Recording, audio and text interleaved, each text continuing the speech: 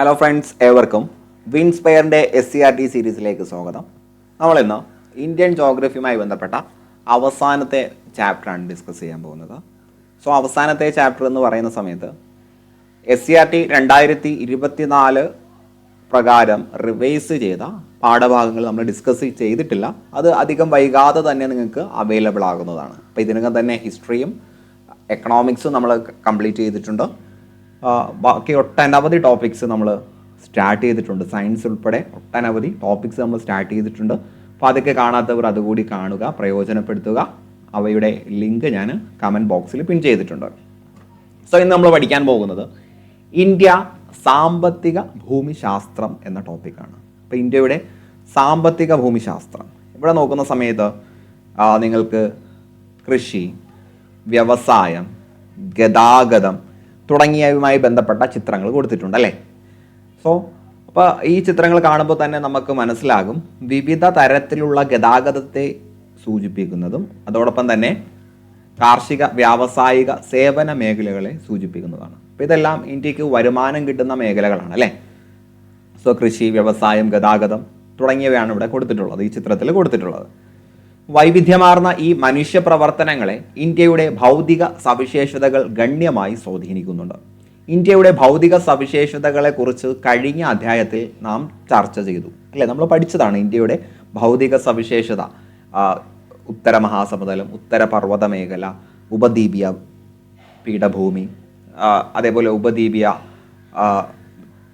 പീഠഭൂമിയെ ചുറ്റി ഉപദ്വീപിയൻ പ്രദേശത്തെ ചുറ്റി വരുന്ന തീരപ്രദേശങ്ങൾ, അങ്ങനെ വൈവിധ്യമാർന്ന പ്രകൃതി വിഭവങ്ങൾ കൊണ്ട് അനുഗ്രഹീതമായ രാജ്യമാണ് നമ്മുടെ ഇന്ത്യ.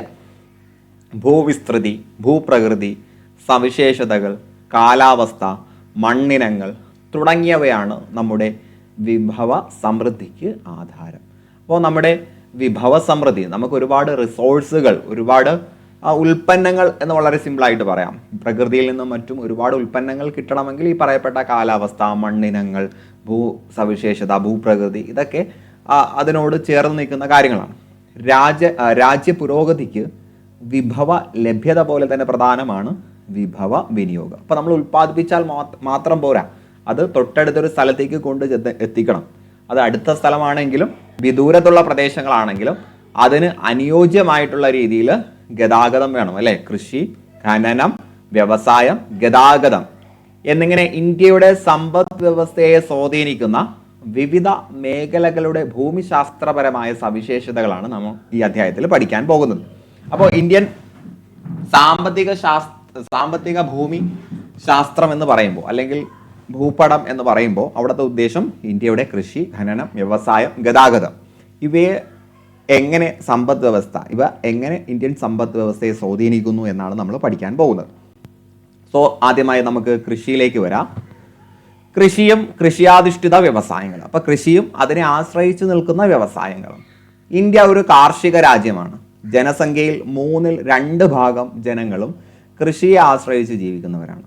ഭക്ഷ്യവിളകൾ കൂടാതെ ചില വ്യവസായങ്ങൾക്ക് അസംസ്കൃത വസ്തുക്കളും കാർഷിക മേഖലയിൽ നിന്ന് ലഭിക്കുന്നു. അപ്പോൾ നേരിട്ട് കാർഷിക വിളകൾ നമ്മൾ ഉപയോഗിക്കുന്നതും അതോടൊപ്പം തന്നെ മറ്റു ചില മേഖലകൾക്ക് ആവശ്യമായിട്ടുള്ള, ഇപ്പോൾ നമ്മൾ പരുത്തി, ചണം പോലുള്ളത് അതെ അല്ലേ, അവയൊക്കെ നമ്മൾ എന്ത് ചെയ്യാറുണ്ട്, മറ്റ് വ്യവസായങ്ങൾ, ഇപ്പോൾ തുണിത്തരം നിർമ്മിക്കുന്നതിനും അതേപോലെ കൈത്തറി വസ്തുക്കൾ നിർമ്മിക്കുക, അല്ലെങ്കിൽ അതേപോലുള്ള മോഡേൺ ടെക്നിക്കുകൾക്ക് വേണ്ടി വരെ നമ്മൾ എന്ത് ചെയ്യുന്നുണ്ട്, കാർഷിക മേഖലയെ ഡിപ്പെൻഡ് ചെയ്യുന്നുണ്ട്. വൈവിധ്യമാർന്ന കാർഷിക വിളകൾ ഇന്ത്യയുടെ സവിശേഷതയാണ്. വ്യത്യസ്തങ്ങളായ കാർഷിക വിളകൾ ഇന്ത്യയിൽ കൃഷി ചെയ്യുന്നു. ഇതിന് എന്തൊക്കെയാണ് ഇന്ത്യയെ സഹായിക്കുന്നത്? അത് നേരത്തെ പറഞ്ഞതുപോലെ ഭൂപ്രകൃതി വൈവിധ്യം, അതുപോലെ നമ്മുടെ കാലാവസ്ഥ, മണ്ണ് ഇതെല്ലാം സ്വാധീനിക്കുന്നുണ്ട്. എല്ലാ വിളകളുടെയും വളർച്ചയ്ക്ക് ആവശ്യമായ കാലാവസ്ഥ സാഹചര്യങ്ങൾ ഒരുപോലെ അല്ലല്ലോ. ഓരോ കാലത്തിനും ഏറെ അനുയോജ്യമായ കാർഷിക വിളകൾ നമുക്കുണ്ട്. അപ്പോൾ എല്ലാ കാലത്തിലും എല്ലാ തരത്തിലുള്ള കാർഷിക വിളകളും നമുക്ക് വിളയിക്കാൻ കഴിയില്ല.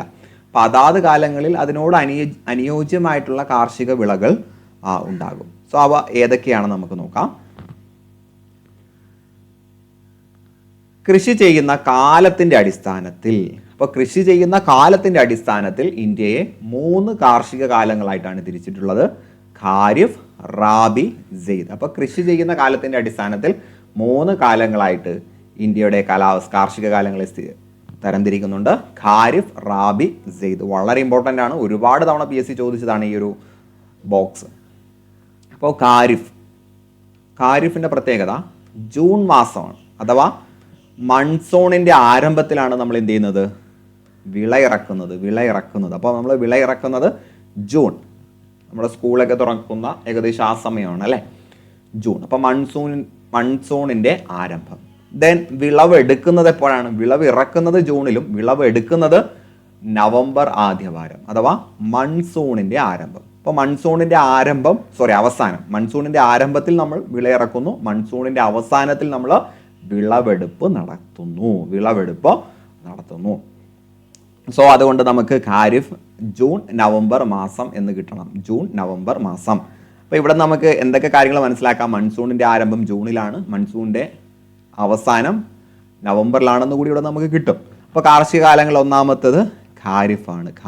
ഖാരിഫ് അത് ജൂണിൽ തുടങ്ങി നവംബറിൽ അവസാനിക്കുന്നു. അപ്പോൾ മൺസൂൺ കാലമായിട്ട് ബന്ധപ്പെട്ടാണ് ഇത് വരുന്നത്. മൺസൂൺ ആരംഭം അവസാനം, കറക്റ്റ് മൺസൂൺ ആരംഭം അവസാനം. അപ്പോൾ KJNM ഖാരിഫ് ജൂണിൽ തുടങ്ങി നവംബറിൽ അവസാനിക്കുന്നു, മൺസൂണുമായിട്ട് ബന്ധപ്പെട്ടാണ്. അപ്പോൾ മൺസൂൺ ആരംഭം അവസാനം, ഇതുമായിട്ട് ബന്ധപ്പെട്ടാണ് ഇതിൻ്റെ കാലങ്ങൾ വരുന്നത്. ദെൻ ഈ ഒരു കാലയളവിൽ നമുക്ക് കൃഷി ചെയ്യാൻ പറ്റുന്ന വിളകൾ ഏതൊക്കെ എന്ന് ചോദിക്കുകയാണെങ്കിൽ നെല്ല്, ചോളം, പരുത്തി, തിനവിളകൾ, ചണം, കരിമ്പ്, നിലക്കടല. അപ്പോൾ ഇത് ഞാൻ മറ്റൊരു ക്ലാസ്സിൽ ഇതിൻ്റെ ഓർത്തിരിക്കാനുള്ള ചില ചെറിയ വഴി ഞാൻ പറഞ്ഞിട്ടുണ്ട് അല്ലേ. എന്നാലും നമുക്ക് ഈ ഒരു KJNM ഒക്കെ വെച്ച് തന്നെ നമുക്ക് നോക്കാം. അപ്പോൾ ഖാരിഫ് അല്ലേ, ഖാരിഫ് അത് നമ്മൾ മലയാളത്തിൽ പഠിക്കുന്നു, ഖാരിഫ്. അപ്പോൾ കരിമ്പ്. അപ്പോൾ കരിമ്പ് അവിടെ കിട്ടി, കരിമ്പ് കിട്ടുമ്പോൾ ആരും കൂടെ കിട്ടണം, കടല. വെറും കടല അല്ല, നിലക്കടല. അപ്പോൾ കായിൽ നമുക്ക് 2 എണ്ണം കിട്ടി, കരിമ്പും നിലക്കടലയും കിട്ടി, നിലക്കടല. ദെൻ നമുക്ക് അടുത്തൊരു അക്ഷരം വേണ്ടത് കരിമ്പ്, നിലക്കടലയല്ലേ, നിലക്കടല. അപ്പോൾ നില. അപ്പോൾ ആ ഒരു നിലയിൽ നിന്നും നമുക്ക് തിനവിളകൾ എന്ന് കൂടി കിട്ടണം, തിനവിളകൾ. നിലക്കടയിൽ നിന്നും നിലക്കടല, ഇവിടെ നായിൽ നിന്നും തിനവിളകൾ നെല്ല് എന്ന ആ ഓളത്തിന് ചോളം കിട്ടും, ചോളം, ചണം, പരുത്തി. കേട്ടോ, ഇതൊക്കെ ഞാൻ കുറച്ച് ലിങ്ക് ചെയ്യുന്നതാണ്. ഇത് കോംപ്ലിക്കേറ്റഡ് ആണെന്ന് തോന്നുന്ന ആളുകൾ എന്ത് ചെയ്താൽ മതി, ഡയറക്റ്റ് ആയിട്ട് പറഞ്ഞു പഠിച്ചാൽ മതി. ഇല്ലാത്ത ആളുകൾക്ക് ഖാരിഫ് കരിമ്പ് എന്ന് പറയുമ്പോൾ ഏതും കൂടെ വരും, കടല. വെറും കടലല്ല, നിലക്കടല. അപ്പം നീയിൽ നിന്നും തിനവിളകൾ, വീണ്ടും ഒരു അപ്പോൾ നെല്ലെന്ന് പറയുമ്പോൾ നമുക്ക് ഓളത്തിന് എന്ത് കിട്ടും, ചോളം കിട്ടും, ചോളം എന്ന് പറയുമ്പോൾ ചണം കൂടി കിട്ടണം, ചണം അല്ലേ. ചായും പായും ഒരേപോലെ അല്ലേ, സോ പരുത്തി. ഓക്കെ അല്ലേ. അപ്പോൾ ഏത് രീതിയാണോ വേണ്ടത് ആ രീതിയിൽ പഠിക്കുക. ദെൻ റാബി, അടുത്ത റാബിയാണ്. അപ്പോൾ നമുക്ക് 6 എടുത്ത് എഴുതാം, റാബി. ഇവിടെ നവംബറിൻ്റെ മധ്യഭാഗം, ഇവിടെ നവംബറിലെ ആദ്യവാരം നമ്മളിവിടെ വിളവെടുക്കുന്നുണ്ട് ഖാരിഫ്. ഇനി നവംബറിൻ്റെ മധ്യമാകുന്ന സമയത്ത് അത് ശൈത്യകാലമാണ്, ശൈത്യം തണുപ്പ് കാലമാണ് അല്ലേ. ദെൻ മാർച്ച്, നവംബർ മുതൽ മാർച്ച് വരെ RNM. നിങ്ങളിങ്ങനെ പഠിക്കുമ്പോൾ ഇതിൽ ആദ്യത്തത് കാർഷിക കാലം, രണ്ടാമത്തെ 2 അക്ഷരങ്ങൾ, 2ഉം 3ഉം വരുന്ന അക്ഷരങ്ങൾ മാസം, മൂന്നാമത് നമ്മൾ എഴുതുന്ന കാലം, ആ രീതിയിൽ പഠിക്കാം. അപ്പോൾ റാബി നവംബർ ടു മാർച്ചാണ്. അപ്പോൾ ഇവിടെ ശൈത്യകാലവും വരുന്നുണ്ട്, വേനൽക്കാലവും വരുന്നുണ്ട് അല്ലേ. ശൈത്യകാലവും വേനൽക്കാലവും. അപ്പോൾ സമ്മർ സീസണും വരുന്നുണ്ട്, അതേപോലെ വിൻ്റർ സീസണും വരുന്നുണ്ട് അല്ലേ. സോ നമുക്ക് SW എന്ന് എഴുതി വെക്കാം. SW.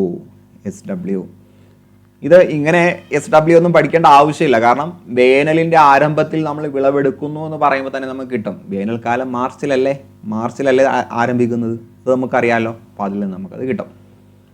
ദെൻ ഇവിടെ നവംബറിൽ അവസാനിച്ചതുകൊണ്ട് ഇവിടെ തുടങ്ങുന്നത് നവംബറിൽ മധ്യഭാഗത്താണ്. അപ്പോഴല്ലേ തണുപ്പ് തുടങ്ങുന്നത്, അല്ലെ ഡിസംബറൊക്കെ അങ്ങോട്ട് വരികയാണ്, പ്രവേശിക്കുകയാണ്. അപ്പോൾ തണുപ്പ് അനുഭവപ്പെട്ട് തുടങ്ങുകയാണ്. അപ്പോൾ റാബി ഓക്കെ അല്ലേ, റാബി. അപ്പോൾ റാബി മൊത്തത്തിൽ തണുപ്പാണ് എന്ന് ഓർക്കുക, റാബി അല്ലേ, റാബി മൊത്തത്തിൽ തണുപ്പാണ്. അപ്പോൾ റാബിറ്റ് കണ്ടില്ലേ, റാബിറ്റുകൾക്ക് രോമക്കുപ്പായം ഉണ്ടാവും, തണുപ്പായതുകൊണ്ടാണത് രോമക്കുപ്പായം ഇട്ടിരിക്കുന്നതെന്ന് മനസ്സിലാക്കുക. ഓക്കെ അല്ലേ. ദെൻ ഇവിടുത്തെ പ്രധാന വിളകൾ, അപ്പോൾ ചൂട് കാലത്തിൽ നമ്മൾ വിളവെടുക്കുന്നതാണ് അല്ലേ, ചൂട് കാലം. ചില ആളുകൾ തണുക്കുന്ന സമയത്ത് എന്ത് ചെയ്യും, പുകയില ഉപയോഗിക്കും. അത് നല്ല ശീലമല്ല. സോ ഞാനത് ഓർക്കാൻ വേണ്ടി പറഞ്ഞതാണ്, അത് പ്രൊമോട്ട് ചെയ്യുന്നതല്ല. സോ പുകയില അവിടെ നിന്ന് ഓർക്കാം, പുകയില. ഓക്കെ അല്ലേ. ദെൻ ഗോതമ്പ്, കടുക്, പയർവർഗ്ഗങ്ങൾ. ഗോതമ്പ്, കടുക്, പയർ, അണ്ടർലൈൻ ചെയ്ത് പഠിക്കുക, പയർ വർഗ്ഗങ്ങൾ. ഗോതമ്പൊക്കെ വേനലിൻ്റെ ആരംഭത്തിലാണ് നമ്മൾ വിളവെടുക്കുന്നത്. സോ ഗോതമ്പ്, കടുക്, പയർ വർഗ്ഗങ്ങൾ. അത് പറഞ്ഞു പഠിക്കലാണ് നല്ലത്, കാരണം കുറച്ചേ ഉള്ളൂ. പുകയില എന്നുള്ളത് കിട്ടിക്കഴിഞ്ഞാൽ പക അല്ലെങ്കിൽ പുക എന്ന് തന്നെ എടുക്കാം, പുക. ഇവിടെ പുകയില, ഇവിടെ കടുക്. അത് നമ്മൾ മനഃപൂർവ്വം പറഞ്ഞ് പഠിച്ചില്ലെങ്കിൽ അത് തെറ്റും, കാരണം കരിമ്പൊക്കെ ഇവിടെ വരുന്നുണ്ട് അല്ലേ.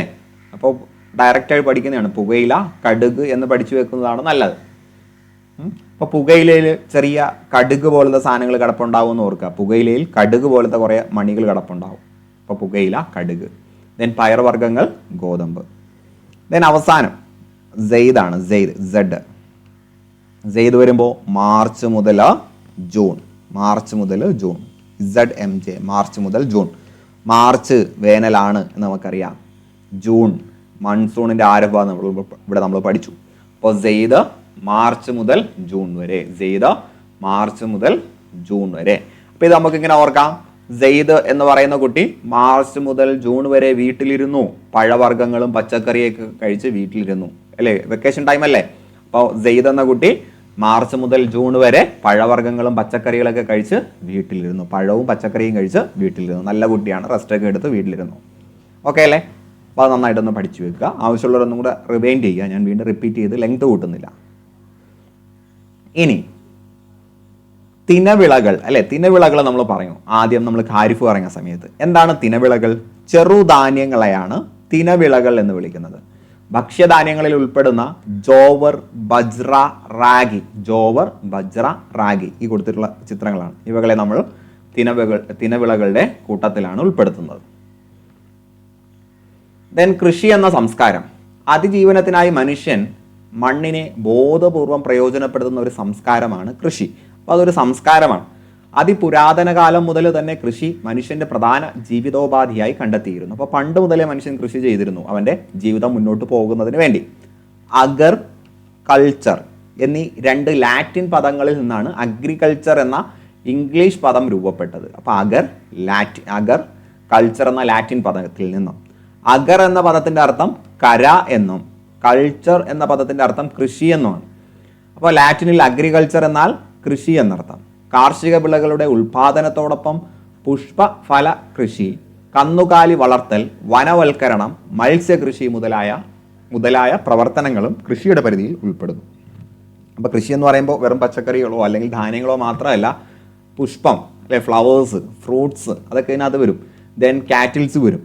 വനവൽക്കരണം അല്ലെ, വനം വെച്ച് പിടിപ്പിക്കൽ, മത്സ്യകൃഷി ഇതെല്ലാം കൃഷി തന്നെയാണ് അല്ലെ, മത്സ്യകൃഷിയും കൃഷി തന്നെയാണ്. ദെൻ കാർഷിക വിളകൾ.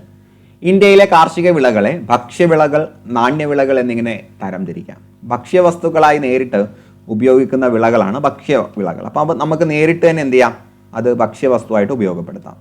എന്നാൽ വാണിജ്യ വ്യാവസായിക പ്രാധാന്യമുള്ള വിളകളാണ് നാണ്യവിളകൾ. അപ്പോൾ നാണ്യം അത് കൊടുത്താൽ നമുക്ക് നാണയം കിട്ടണം, അതിനു വേണ്ടിയാണ് നമ്മൾ ലാഭം ഉദ്ദേശിച്ചുകൊണ്ടാണ് വാണിജ്യ ആവശ്യങ്ങൾക്ക് വേണ്ടി ഉപയോഗിക്കുന്നതാണ് വിളകൾ.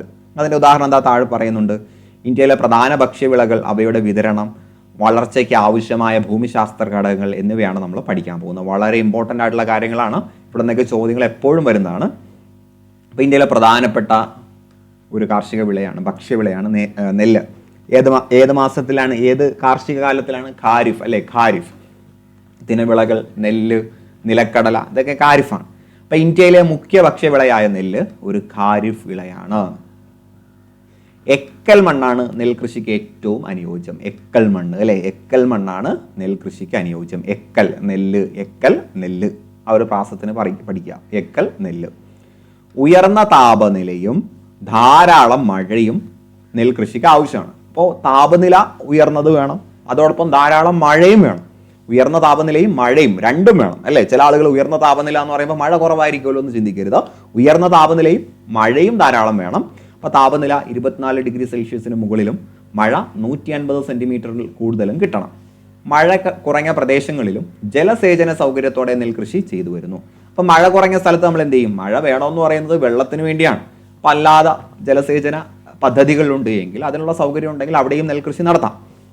നദീതടങ്ങളിലും തീരസമതലങ്ങളിലുമാണ് മുഖ്യമായും നെൽകൃഷി ചെയ്യുന്നത്. അപ്പോൾ നദീതടങ്ങളിലും തീരസമതലങ്ങളിലും, അപ്പോൾ അവിടെ നല്ല വെയിലും കിട്ടും, അതോടൊപ്പം തന്നെ വെള്ളം കിട്ടാനും എളുപ്പമാണ്. അതുകൊണ്ടാണ് നദീതടങ്ങളിലും തീരസമതലങ്ങളിലുമാണ് മുഖ്യമായിട്ട് നെൽകൃഷി ചെയ്യുന്നത്. സിവാലിക് പർവ്വത ചെരുവുകളിലും തട്ടുകളാക്കി നെൽകൃഷി ചെയ്തു വരുന്നു. സിവാലിക് പർവ്വത ചെരുവ്, സിവാലിക്കൊക്കെ നമ്മൾ പഠിച്ചു അല്ലേ ഹിമാലയ പറയുന്ന സമയത്തോ. ഓക്കെ അല്ലേ. അപ്പോൾ ഇന്ത്യയിൽ നെൽകൃഷി ചെയ്യുന്ന പ്രദേശങ്ങളാണ് ഇനി താഴെ ഭൂപടത്തിൽ കൊടുക്കാൻ പോകുന്നത്. അപ്പോൾ അവിടെ ഏതൊക്കെ സംസ്ഥാനങ്ങളിൽ നെൽകൃഷി ഉണ്ട് എന്ന് നോക്കി പരിശോധിക്കാനാണ് പറഞ്ഞിട്ടുള്ളത്. അപ്പോൾ ഇത് യെല്ലോ കളറിൽ കൊടുത്തിട്ടുള്ളത് ചെറിയ തോതിൽ നെല്ല് ഉൽപ്പാദിപ്പിക്കുന്നത്, പച്ച പ്രധാനമായിട്ടും നെല്ല് ഉൽപ്പാദന മേഖലകളായിട്ടുള്ള സ്ഥലങ്ങളാണ്. അപ്പോൾ നിങ്ങൾക്ക് കേരളമൊക്കെ നോക്കുമ്പോൾ മനസ്സിലാവും പ്രധാന ഉൽപ്പാദന മേഖലയായിട്ടൊക്കെ കേരളത്തിലെ പല സ്ഥലങ്ങളും വരുന്നുണ്ട്. അപ്പോൾ ഇത് മൊത്തത്തിൽ നോക്കി അത് ഏതൊക്കെ സംസ്ഥാനങ്ങളാണ് എന്നുള്ളത് നിങ്ങൾ കണ്ടുപിടിക്കുക. ഞാൻ ഈ ആക്ടിവിറ്റീസ് നിങ്ങൾക്ക് തരുന്നത് നിങ്ങൾ ചെയ്യും എന്നൊരു വിശ്വാസത്തോടു കൂടിയാണ്. ഞാൻ പിന്നെ ആൻസർ പറയാനും ടെലഗ്രാമിൽ അപ്ഡേറ്റ് ചെയ്യാനും ഞാനൊരു എനർജി കാണിക്കാത്തത്, അതിനുവേണ്ടി ഞാനൊരു ഇനിഷ്യേറ്റീവ് എടുക്കാത്തത്. ഈ ക്ലാസ് കേട്ടിട്ട് നിങ്ങൾ ആൻസർ കമൻറ്റ് ചെയ്യുമെന്നൊക്കെ ഞാൻ പലപ്പോഴായിട്ട് പറയാറുണ്ട്, പക്ഷെ അതിനങ്ങനെ റിപ്ലൈ ഒന്നും അധികം കാണുന്നില്ല. സോ അതുകൊണ്ടാണ് ഞാൻ ടെലഗ്രാമിൽ ആക്റ്റീവ് ആകാത്തത്. അപ്പോൾ നിങ്ങൾ ആക്റ്റീവ് ആകുന്നതനുസരിച്ച് നിങ്ങൾക്ക് കൂടുതൽ ബെനിഫിറ്റ് വിൻസ്പയറിൽ നിന്ന് കിട്ടും. ഓക്കെ അല്ലേ? ദെൻ അടുത്തയിലേക്ക് വരാം.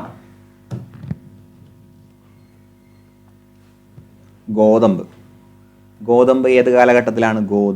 ഗോതമ്പ് രണ്ടാമത്തെ റാബി വിളയാണ് അല്ലേ, രണ്ടാമത്തെ കാലം. ഇന്ത്യയിൽ ഉൽപാദനത്തിൽ രണ്ടാം സ്ഥാനത്തുള്ള ഭക്ഷ്യവിളയായ ഗോതമ്പ് ഒരു റാബി വിളയാണ്. നീർവാർച്ചയുള്ള എക്കൽ മണ്ണാണ് ഗോതമ്പ് കൃഷിക്ക് ഉത്തമം. അപ്പം നീർവാർച്ച അല്ലെ, കുറച്ച് നീർവാർച്ച ഉണ്ടാകണം. നീർവാർച്ചയുള്ള എക്കൽ മണ്ണ്. മുഖ്യമായും മിതോഷ്ണ മേഖലയിൽ കൃഷി ചെയ്യുന്ന ഈ വിളയ്ക്ക് 10 ഡിഗ്രി സെൽഷ്യസ് മുതൽ 26 ഡിഗ്രി സെൽഷ്യസ് വരെ താപനിലയും 75 സെൻറ്റിമീറ്റർ മഴയും ആവശ്യമാണ്. അപ്പം നെല്ലിൻ്റെ അത്ര ചൂടും അല്ലെങ്കിൽ അതിനത്ര മഴയും വേണ്ട. മിതോഷ്ണ മേഖലയിലാണ്. അപ്പോൾ 10 മുതൽ 26 ഡിഗ്രി സെൽഷ്യസ് വരെ താപനില, 75 സെൻറ്റിമീറ്റർ മഴ. ഇതാണ് ഗോതമ്പിന് ആവശ്യമായിട്ട് വരുന്നത്. ഇന്ത്യയിൽ ഗോതമ്പ് കൃഷി ചെയ്യുന്ന സ്ഥലങ്ങൾ കൊടുത്തിട്ടുണ്ട് അല്ലെ. നോർത്ത് ഇന്ത്യയിലാണ് കൂടുതലായിട്ടും വരുന്നത്. ഓക്കെ, ഇതൊക്കെ നിങ്ങൾ കണ്ടെത്താനാണ് കേട്ടോ.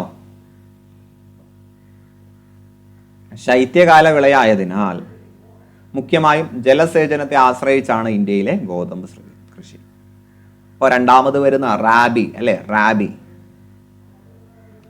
ആകുമ്പോൾ നവംബർ മുതൽ മാർച്ച് വരെ അല്ലേ, മാർച്ച് വരെയാണ്. അപ്പോൾ അവിടെ ശൈത്യകാലമൊക്കെ ആകുന്ന സമയത്ത് മുഖ്യമായിട്ടും ജലസേചനത്തെ ആശ്രയിച്ചാണ് ഗോതമ്പ് കൃഷി നടക്കുന്നത്. ഇന്ത്യയിൽ ഗോതമ്പ് കൃഷി ചെയ്യുന്ന സംസ്ഥാനങ്ങൾ ഭൂപടം നോക്കി കണ്ടെത്തുക. ഞാനത് നിങ്ങളെ ഏൽപ്പിക്കുന്നു. ദെൻ അടുത്ത ചോളവും ഭക്ഷ്യവിളകളുടെ ഉൽപ്പാദനത്തിൽ ചോളത്തിന് മൂന്നാം സ്ഥാനമാണ് ഉള്ളത് അല്ലേ, മൂന്നാം സ്ഥാനമാണ്. ചോളമൊക്കെ ആദ്യത്തെ കാറ്റഗറിയിൽ വരുന്നതാണ് അല്ലേ. ഉഷ്ണകാലത്തും ശൈത്യകാലത്തും ഇന്ത്യയിൽ ചോളം കൃഷി ചെയ്യുന്നു. അപ്പോൾ ഉഷ്ണകാലത്തും ശൈത്യകാലത്തും ഇന്ത്യയിൽ എന്ത് ചെയ്യുന്നുണ്ട്? ചോളം കൃഷി ചെയ്യുന്നുണ്ട്. ഉഷ്ണകാലത്തും ശൈത്യകാലത്തും.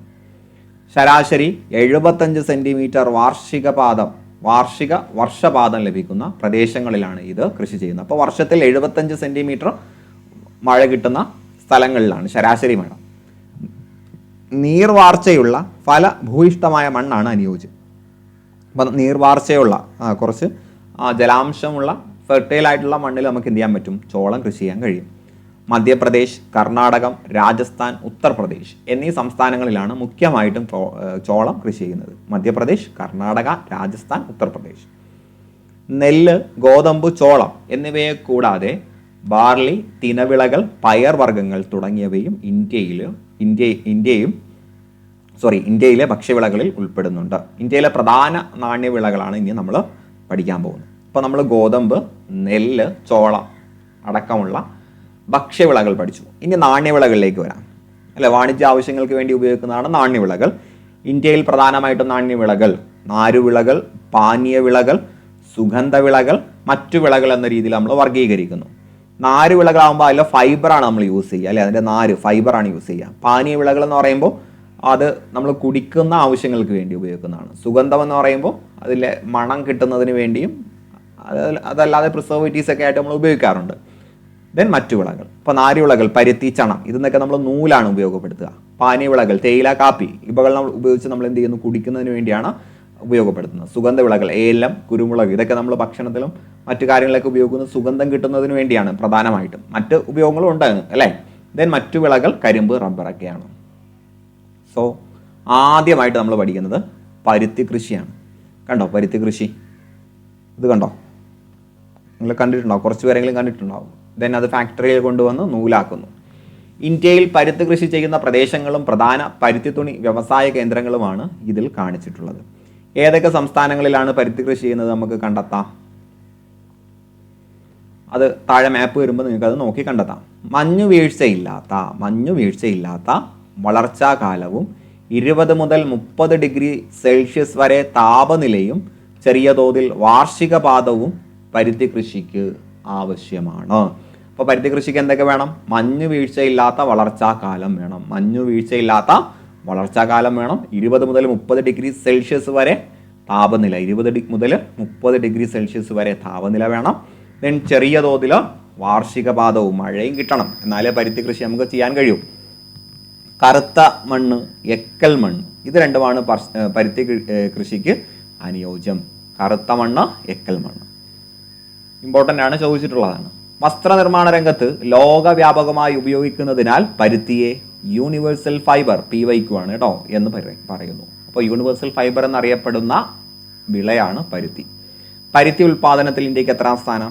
4ാം സ്ഥാനമാണ് ഉള്ളത് കേട്ടോ. നിലവിലെ സ്ഥാനം മാറിയിട്ടുണ്ടോ എന്നുള്ളത് ചെക്ക് ചെയ്യണം.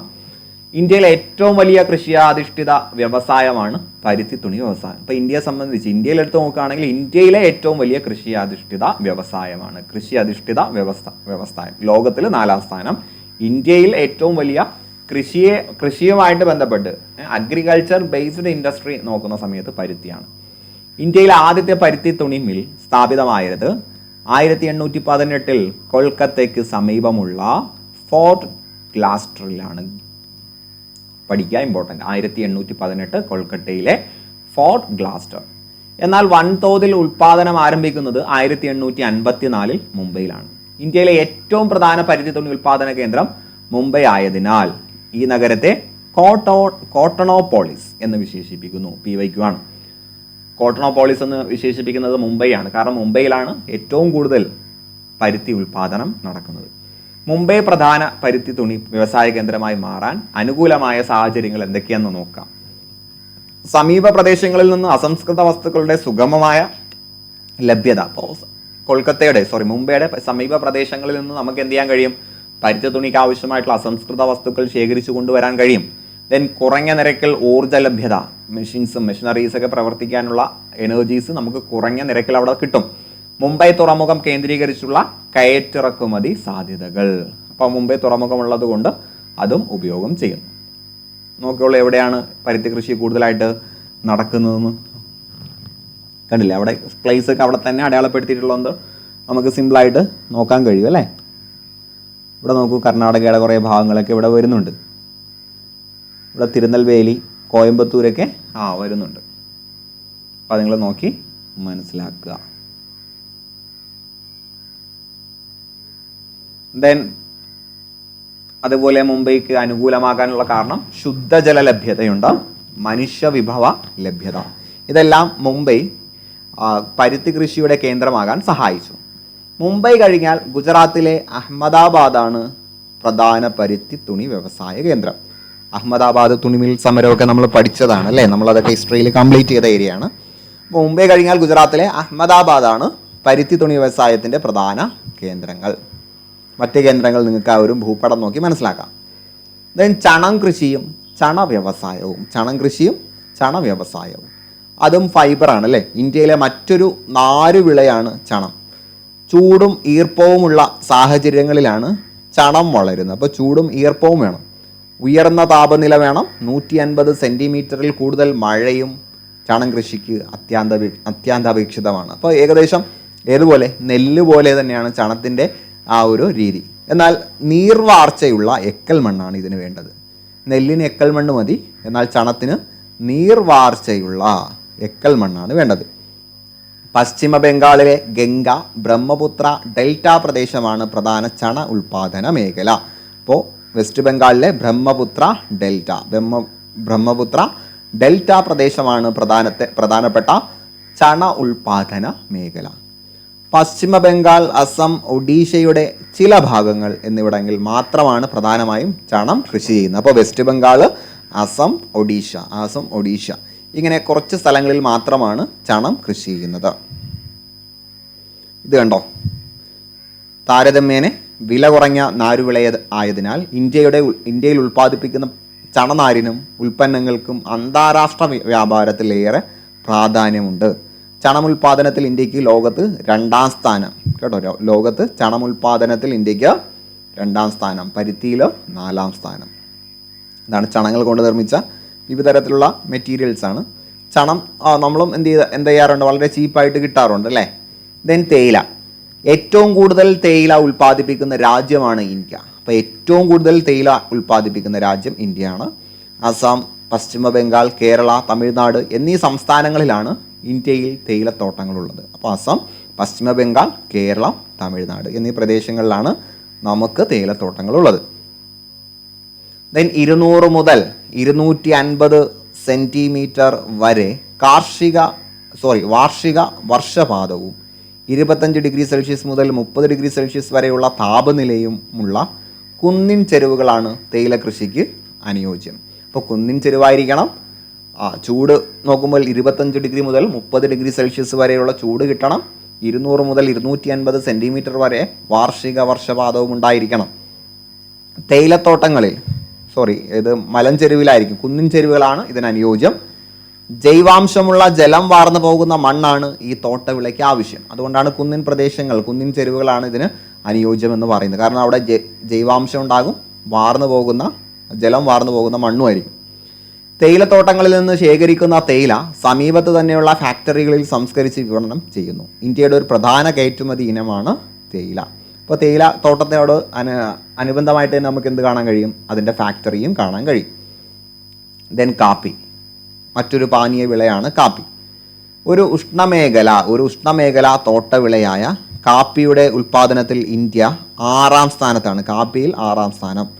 കർണാടകം, കേരളം, തമിഴ്നാട് എന്നീ സംസ്ഥാനങ്ങളിലായി പശ്ചിമഘട്ട മലനിരകളിലാണ് ഇന്ത്യയിലെ കാപ്പിത്തോട്ടങ്ങൾ. മിതമായ താപനിലയും ഉയർന്ന വർഷപാതവുമാണ് കാപ്പി കൃഷിക്ക് വേണ്ടത്. അപ്പോൾ മഴ കൂടുതൽ വേണം, താപനില മിതമായിട്ട് വേണം. തേയിലയിൽ അങ്ങനെയല്ല, തേയിലയിൽ താപനില കുറച്ചുകൂടി വേണം. അന്താരാഷ്ട്ര വിപണിയിൽ ഏറെ ആവശ്യമുള്ള അറബിക്ക എന്ന മുന്തിയ ഇനം കാപ്പിക്കുരുക്കളാണ് ഇന്ത്യ മുഖ്യമായും ഉൽപ്പാദിപ്പിക്കുന്നത്. അപ്പോൾ ഇന്ത്യയിൽ കൂടുതൽ ഉൽപ്പാദിപ്പിക്കുന്നത് അറബിക്ക എന്ന കാപ്പിയാണ്, കാപ്പിക്കുരുവാണ്. ആകെ ഉൽപ്പാദനത്തിൽ 2 ഭാഗവും കർണാടകത്തിൽ നിന്നാണ്. അപ്പോൾ ഇന്ത്യയുടെ കാപ്പി ഉൽപ്പാദനത്തിൽ 2 ഭാഗവും കർണാടകത്തിലാണ്. വിളവെടുത്ത ശേഷം ഫാക്ടറികളിൽ സംസ്കരിച്ചാണ് കാപ്പിക്കുരു അല്ലെങ്കിൽ കാപ്പി വിപണനം ചെയ്യുന്നത്. ദെൻ സുഗന്ധ വിളകളിലേക്ക് വരാം. ഏലം, കുരുമുളക്, ജാതി, ഗ്രാമ്പു, ഇഞ്ചി തുടങ്ങിയ സുഗന്ധ വിളകൾക്ക് പ്രാചീന കാലം മുതൽക്കേ ഇന്ത്യക്ക് പുകൾപെറ്റ രാജ്യമാണ് ഇന്ത്യ, അഥവാ പ്രസിദ്ധമായിട്ടുള്ള രാജ്യമാണ് ഇന്ത്യ. പശ്ചിമഘട്ട മലനിരകളാണ് സുഗന്ധവിളത്തോട്ടങ്ങൾക്ക് ഏറെയും കേന്ദ്രീകരിച്ചിട്ടുള്ളത്. അപ്പോൾ പശ്ചിമഘട്ട മലനിരകളാണ് സുഗന്ധവിളത്തോട്ടങ്ങൾ ഏറെയും കേന്ദ്രീകരിച്ചിട്ടുള്ളത്. അതിന് കാരണം നീർവാർച്ചയുള്ള വനമണ്ണ് വേണം, മണൽ മണ്ണ് എന്നിവയും ധാരാളം മഴ ലഭിക്കുന്ന ഉഷ്ണമേഖല കാലാവസ്ഥയുമാണ് ഇവിടുത്തെ അനുകൂല ഘടകങ്ങൾ. അപ്പോൾ നീർവാർച്ചയുള്ള വനമണ്ണ്, അതേപോലെ മണൽ മണ്ണ്, മഴ ലഭിക്കുന്ന ഉഷ്ണമേഖല, ധാരാളം മഴ ലഭിക്കുന്ന ഉഷ്ണമേഖല കാലാവസ്ഥ. ദെൻ മറ്റു വിളകളിൽ പെടുന്നതാണ് കരിമ്പും പഞ്ചസാരയും. ഉഷ്ണമേഖലാ വിളയായ കരിമ്പിന് ചൂടും മഴയുമുള്ള കാലാവസ്ഥയാണ് വേണ്ടത്. ചൂടും വേണം, മഴയും വേണം. ദെൻ കറുത്ത മണ്ണ് അല്ലെ, കരിമ്പ് കറുത്ത കളറല്ലേ, അപ്പോൾ കറുത്ത മണ്ണ്, എക്കൽ മണ്ണ് തുടങ്ങിയ മണ്ണിനങ്ങൾ കരിമ്പ് കൃഷിക്ക് അനുയോജ്യമാണ്. കരിമ്പ് ഉൽപ്പാദനത്തിൽ ഇന്ത്യക്ക് 2ാം സ്ഥാനമാണുള്ളത്. ഇനി കരിമ്പ് കൃഷി ചെയ്യുന്ന പ്രദേശങ്ങൾക്കൊപ്പം പഞ്ചസാര വ്യവസായ കേന്ദ്രങ്ങളും അടയാളപ്പെടുത്തിയിട്ടുള്ള ഒരു ഭൂപടം താഴെ കൊടുത്തിട്ടുണ്ട്. കരിമ്പ് വിളവെടുത്തു കഴിഞ്ഞാൽ ഉടൻ തന്നെ ഫാക്ടറികളിൽ എത്തിച്ച് അതിൻ്റെ നീരെടുക്കേണ്ടതുണ്ട്. അല്ലെങ്കിൽ കരിമ്പിലെ സൂക്രോസിൻ്റെ, അപ്പോൾ കരിമ്പിലുള്ളത് സൂക്രോസ് ആണ്, അത് കെമിസ്ട്രിയിൽ നമ്മൾ പഠിക്കും അല്ലേ, സൂക്രോസിൻ്റെ അളവ് കുറയും. അപ്പോൾ കരിമ്പ് എടുത്തു കഴിഞ്ഞാൽ ഉടനെ തന്നെ ഫാക്ടറിയിൽ കൊണ്ടുപോകണം, ഇല്ലെങ്കിൽ അതിൻ്റെ സൂക്രോസ് നഷ്ടപ്പെട്ടു പോകും. സോ എവിടെയൊക്കെയാണ് കരിമ്പ്, എവിടെയൊക്കെയാണ് മറ്റ് സുഗന്ധദ്രവ്യങ്ങളുള്ളത്, കരിമ്പല്ലേ കരിമ്പ് ഉൽപ്പാദന മേഖല, അതേപോലെ പഞ്ചസാര ഉൽപ്പാദന മേഖല എവിടെയൊക്കെയാണുള്ളതെന്ന് ഈ ഒരു മാപ്പിൽ കൊടുത്തിട്ടുണ്ട്, അത് കണ്ടുപിടിക്കുക. ഉത്തർപ്രദേശാണ് കരിമ്പിൻ്റെയും പഞ്ചസാരയുടെയും ഉൽപ്പാദനത്തിൽ 1ാം സ്ഥാനം. അപ്പോൾ 1ാം സ്ഥാനം ഉത്തർപ്രദേശ്. പഞ്ചസാരയും ശർക്കരയും കരിമ്പിൽ നിന്നാണ് ഉൽപ്പാദിപ്പിക്കുന്നത്. അതറിയാത്തവരുണ്ടാവില്ല, പഞ്ചസാരയും ശർക്കരയൊക്കെ കരിമ്പിൽ നിന്നാണ്. ദെൻ മറ്റു വിളകളിൽപ്പെട്ട ഒന്നാണ് റബ്ബർ. 25 ഡിഗ്രി സെൽഷ്യസ് കൂടിയ താപനിലയും 150 സെൻറ്റിമീറ്ററിന് മുകളിൽ മഴയുമാണ് റബ്ബർ കൃഷിക്ക് അനുയോജ്യം. മറ്റു കൃഷികൾക്ക് പൊതുവെ അനുകൂലമല്ലാത്ത ലാറ്ററൈറ്റ് മണ്ണ് റബ്ബർ കൃഷിക്ക് അനുയോജ്യമാണ്. അപ്പോൾ ലാറ്ററൈറ്റ് മണ്ണ് റബ്ബർ കൃഷിക്കാണ് അനുയോജ്യം. മറ്റ് വിളകളുടെ കാര്യം എടുത്ത് നോക്കുന്ന സമയത്ത് അവിടെ ലാറ്ററൈറ്റ് മണ്ണ് അനുയോജ്യമല്ല, പക്ഷേ റബ്ബർ കൃഷിക്ക് അത് അനുയോജ്യമാണ്. കേരളമാണ് ഇന്ത്യയിൽ ഏറ്റവും കൂടുതൽ റബ്ബർ ഉൽപ്പാദിപ്പിക്കുന്ന സംസ്ഥാനം. അപ്പോൾ 1ാം സ്ഥാനം കേരളത്തിന്. കേരളത്തിലെ ഒരു പ്രധാന വരുമാന സ്രോതസ് റബ്ബറാണ്. തമിഴ്നാട്ടിൻ്റെ ചില ഭാഗങ്ങളിലും ആൻഡമാൻ നിക്കോബർ ദ്വീപുകളിലും ചെറിയ തോതിൽ റബ്ബർ കൃഷി ചെയ്തു വരുന്നു. കടൽ കടന്നെത്തിയ റബ്ബർ. ഇപ്പം ഇങ്ങനെ പറയുകയാണെങ്കിലും റബ്ബർ ആരുടെ സ്വന്തമല്ല, നമ്മുടെ സ്വന്തമല്ല. ബ്രസീലിൽ നിന്നാണ് റബ്ബർ വരുന്നത് അല്ലേ, ബ്രസീലാണ് റബ്ബറിൻ്റെ ജന്മദേശം. 1875 ബ്രിട്ടീഷുകാരനായ സർ വില്യം ഹെൻറിയാണ് ഇന്ത്യയിലേക്ക് ആദ്യമായി റബ്ബർ വിത്തുകൾ കൊണ്ടുവന്നത്. മധ്യ തിരുവിതാംകൂറിലെ കുന്നിൻ ചെരുവുകളിൽ ആരംഭിച്ച റബ്ബർ കൃഷി മലബാറിലേക്കുണ്ടായ കുടിയേറ്റത്തിലൂടെ വടക്കൻ ജില്ലകളിലേക്കും വ്യാപിച്ചു. അപ്പോൾ സർ വില്യം ഹെൻറിയാണ് റബ്ബർ കൃഷി ഇന്ത്യയിൽ ആരംഭിച്ചത് 1875. ദെൻ നമുക്ക് മിനറൽസിലേക്ക് വരാം. ധാതുക്കളും ധാതു അധിഷ്ഠിത വ്യവസായങ്ങളും. വൈവിധ്യമാർന്ന ധാതു വിഭവങ്ങൾ കൊണ്ട് അനുഗ്രഹീതമായ രാജ്യമാണ് ഇന്ത്യ. ഇന്ത്യയിലെ ധാതു വിഭവങ്ങളിൽ ഏറിയ പങ്കും ഉപദ്വീപീയ പീഠഭൂമിയിലെ ആഗ്നേയ കായാന്തരിത ശിലകളുമായി ബന്ധപ്പെട്ട് കാണപ്പെടുന്നു. അപ്പോൾ ഉപദ്വീപീയ പീഠഭൂമിയിലെ ആഗ്നേയ കായാന്തരിത ശിലകളുമായിട്ട് ബന്ധപ്പെട്ടാണ് മിനറൽസ് അല്ലെങ്കിൽ ധാതുശേഖരങ്ങൾ കൂടുതലായിട്ട് ഉള്ളത്. അപ്പോൾ ഉപദ്വീപീയ പീഠഭൂമി ധാതുക്കളുടെ കലവറയാണെന്നൊക്കെ നമ്മൾ പഠിച്ചിട്ടുണ്ട്. ഇവിടെ പറഞ്ഞ ആഗ്നേയ കായാന്തരിത ശില, അത് നമ്മൾ ഉടനെ തന്നെ വേൾഡ് ജോഗ്രഫി സ്റ്റാർട്ട് ചെയ്യും. ആ സമയത്ത് നിങ്ങൾക്കത് ക്ലിയർ ആവും. അപ്പോൾ അതെന്താണെന്ന് അവിടെ ക്ലിയർ ആവും. സോ ഇപ്പോൾ ഇത് തൽക്കാലം പഠിച്ചു വയ്ക്കുക. കാർഷിക വിളകൾ കൃഷി അധിഷ്ഠിത വ്യവസായങ്ങൾക്കെന്ന പോലെ ധാതു വിഭവങ്ങൾ വിവിധ ധാതു അധിഷ്ഠിത വ്യവസായങ്ങൾക്ക് അസംസ്കൃത വസ്തുക്കൾ പ്രദാനം ചെയ്യുന്നുണ്ട്. അപ്പോൾ കൃഷിയെ ആശ്രയിച്ച് മറ്റ് വ്യവസായങ്ങൾ നിലനിൽക്കുന്നത് പോലെ ധാതുക്കളെ ആശ്രയിച്ചും ചില വ്യവസായങ്ങൾ ഇവിടെ നിലനിൽക്കുന്നുണ്ട്. ഇന്ത്യയുടെ വ്യാവസായിക അടിത്തറയ്ക്ക് നിദാനമാകുന്നത് ഇവിടുത്തെ ധാതു വിഭവങ്ങളാണ്. അപ്പോൾ നമുക്ക് സ്വന്തമായിട്ട് മിനറൽസും മറ്റു കാര്യങ്ങളും ഉള്ളത് കൊണ്ടാണ് നമുക്ക് വ്യവസായ മേഖലകളിൽ മുൻപന്തിയിൽ നിൽക്കാൻ കഴിയുന്നത്. ദെൻ ഇന്ത്യയിലെ പ്രധാന ധാതുക്കളെ വർഗീകരിച്ചിരിക്കുന്നത് നമുക്ക് നോക്കാം.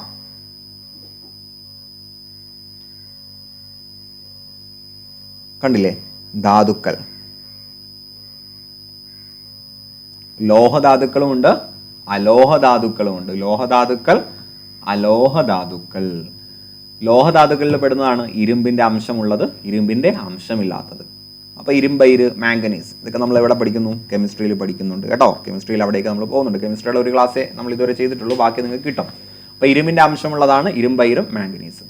ഇരുമ്പിൻ്റെ അംശമില്ലാത്തതെന്ന് പറയുമ്പോൾ മറ്റു ലോഹങ്ങൾ, സ്വർണം, വെള്ളി, ചെമ്പ്, ബോക്സൈറ്റ്, ഇതൊക്കെ വരും. സ്വർണം, വെള്ളി, ചെമ്പ്, ബോക്സൈറ്റ്. സ്വർണം, വെള്ളി, ചെമ്പ്, ബോക്സൈറ്റ്. ദെൻ അലോഹധാതുക്കളിൽ വരുമ്പോൾ അപ്പോൾ അവിടെ ലോഹമല്ല, അലോഹമാണ്. അലോഹമാണ് അല്ലെ, ലോഹമല്ലാത്തത്. അപ്പോൾ അവിടെ ധാതു ഇന്ധനങ്ങൾ, മറ്റു ധാതുക്കൾ. അപ്പോൾ ധാതു ഇന്ധനങ്ങളിൽ വരുന്നതാണ് കൽക്കരി, പെട്രോളിയം, ഫ്യൂവൽസ് ആണ്. മറ്റു ധാതുക്കളിൽ വരുന്നതാണ് അഭ്രം, കേട്ടോ, അഭ്രം. അപ്പോൾ ഇന്ത്യയിൽ വരുന്ന പ്രധാനപ്പെട്ട ധാതു നിക്ഷേപങ്ങളെക്കുറിച്ചാണ് നമ്മൾ പഠിച്ചത്. ഇനി അതിൻ്റെ ഡീറ്റെയിലേക്ക് നമ്മൾ ഇറങ്ങാൻ പോവാണ്.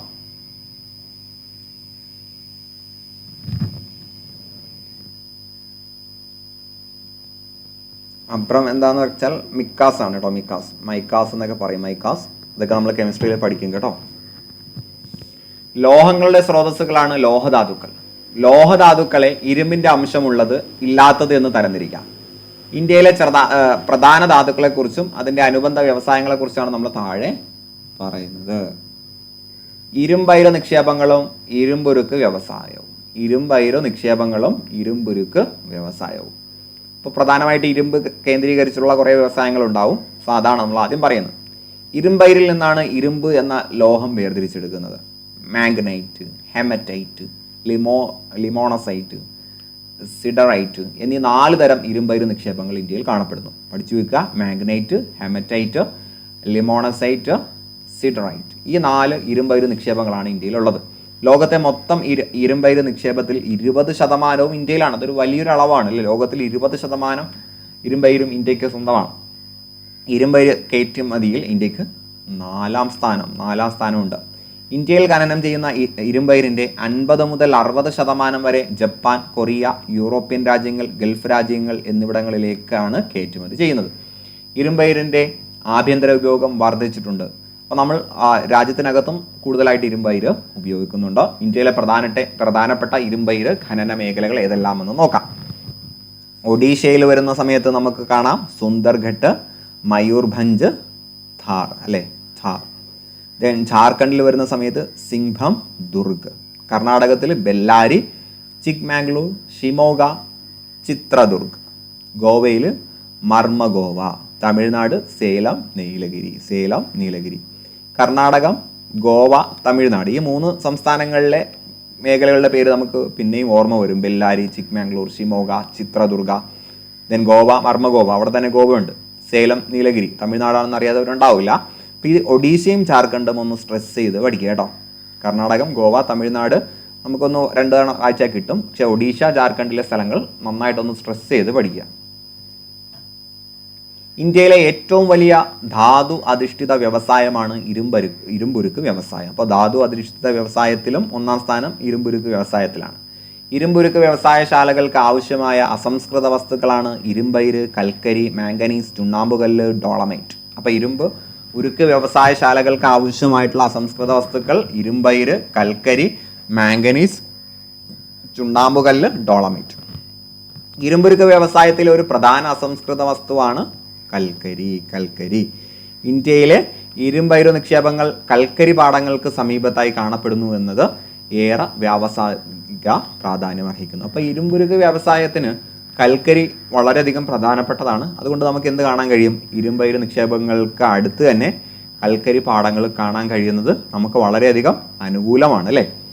മേൽപ്പറഞ്ഞ അസംസ്കൃത വസ്തുക്കളെ കൂടാതെ ജലലഭ്യത, ഗതാഗത സൗകര്യങ്ങൾ, കയറ്റുമതി സൗകര്യങ്ങൾ, തൊഴിലാളികളുടെ ലഭ്യത തുടങ്ങിയവയും ഇരുമ്പുരുക്ക് വ്യവസായത്തിൻ്റെ സ്ഥാന നിർണയത്തിന് പരിഗണിക്കുന്നു. അപ്പോൾ ഇതെല്ലാം നോക്കിയിട്ടാണ് നമ്മൾ എന്ത് ചെയ്യുന്നത്? ഇരുമ്പുരുക്ക് വ്യവസായശാലകൾ പണിയുന്നത്. സോ ഇന്ത്യയിലെ പ്രധാനപ്പെട്ട ഇരുമ്പുരുക്ക് ശാലകളാണ് പറയുന്നത്. പഠിച്ചു വെക്കുക. ടിസ്കോ, ടാറ്റ ഇരുമ്പുരുക്ക് കമ്പനി, ടിസ്കോയാണ്. ജംഷഡ്പൂർ, ജാർഖണ്ഡ്, വളരെ പ്രസിദ്ധമാണ്. ഏറ്റവും വലിയ സ്വകാര്യ മേഖല ഇരുമ്പുരുക്ക് വ്യവസായശാല എന്ന പ്രത്യേകതയുണ്ട്. അതുകൊണ്ട് ടിസ്കോ പഠിക്കുക. ഏറ്റവും വലിയ സ്വകാര്യ, അത് പ്രൈവറ്റ് സെക്ടറിലെ ഏറ്റവും വലിയ ഇരുമ്പുരുക്ക് വ്യവസായശാല. Then Indian iron and steel company, IISCO, IISC, Kulti, Burnpur, Hirapur, west ബംഗാളാണ്. പൊതുമേഖലയിലെ ആദ്യ ഇരുമ്പുരുക്ക് വ്യവസായശാല. അപ്പോൾ പൊതുമേഖലയിലെ, പ്രൈവറ്റ് സെക്ടർ അല്ല, പബ്ലിക് സെക്ടറിലെ ആദ്യത്തെ ഇരുമ്പുരുക്ക് വ്യവസായശാല ഇസ്കോയാണ്. അപ്പോൾ ഇവിടെ 2 1 കിടക്കും. ഫസ്റ്റ് എന്ന് പറഞ്ഞ് 2 1 കിടക്കുന്നു. I ആണ്, അത് 1 പോലെ നമുക്ക് വായിക്കാം. അപ്പോൾ ആദ്യത്തെ പൊതുമേഖല ഇരുമ്പുരുക്ക് വ്യവസായശാല. Then VISL, Visvesvaraya iron and steel works limited. അയ്യ എന്ന പേര് കേൾക്കുമ്പോൾ തന്നെ ഏകദേശം ഒന്നുകിൽ കർണാടകം തമിഴ്നാടായിരിക്കും അല്ലേ. അപ്പോൾ ഇത് കർണാടകത്തിലെ ഭദ്രാവതിയിലാണ്. ദക്ഷിണേന്ത്യയിലെ ആദ്യത്തെ ഇരുമ്പുരുക്ക് വ്യവസായശാലയാണ്. Then Hindustan steel limited Bhilai, ഇത് ദുർഗ് ഛത്തീസ്ഗഡാണ്. ഇത് 1959 റഷ്യയുടെ സാങ്കേതിക സഹായത്തോടെ സ്ഥാപിച്ചു. ഇത് ചോദിക്കുന്നതാണ് കേട്ടോ, ഏത് രാജ്യത്തിൻ്റെ സാങ്കേതിക സഹായത്തോടെയാണ് ഇരുമ്പുരുക്ക് ശാല നിലവിൽ വന്നത് എന്നൊക്കെ ചോദിക്കും. അപ്പോൾ റഷ്യയുടെ സഹായത്തോടെ വന്നത് ഛത്തീസ്ഗഡ് ദുർഗിലെ ഹിന്ദുസ്ഥാൻ സ്റ്റീൽ ലിമിറ്റഡ് ഭിലായ് കേട്ടോ, ഭിലായ് റഷ്യ. ഭീമറാവു അംബേദ്കർ എന്നോർത്താൽ മതി, BR ഭീമറാവു അംബേദ്കർ, അത് നമുക്ക് ഭിലായ് റഷ്യ. ഇനി ഹിന്ദുസ്ഥാൻ സ്റ്റീൽ ലിമിറ്റഡ് റൂർക്കേല വരുന്ന സമയത്ത് അത് ജർമ്മനിയാണ്. അപ്പോൾ RJ, നമ്മൾ റേഡിയോ ജോക്കിയൊക്കെ പറയും RJ അല്ലേ, RJ. അപ്പോൾ റൂർക്കേല ജർമ്മനി. നമ്മൾ തൽക്കാലം G ഇടുന്നു, വായിക്കുമ്പോൾ ജർമ്മനി, അല്ലെങ്കിൽ നിങ്ങൾ J ഇട്ടാൽ മതി, ജർമ്മനി എന്ന് വായിച്ചാൽ മതി കേട്ടോ. ജർമ്മനിക്ക് G ആണ്, നമ്മൾ പഠിക്കാൻ വേണ്ടി J ഇട്ട് വായിക്കുന്നു. ദെൻ ഹിന്ദുസ്ഥാൻ ലിമിറ്റഡ് ദുർഗാപൂർ,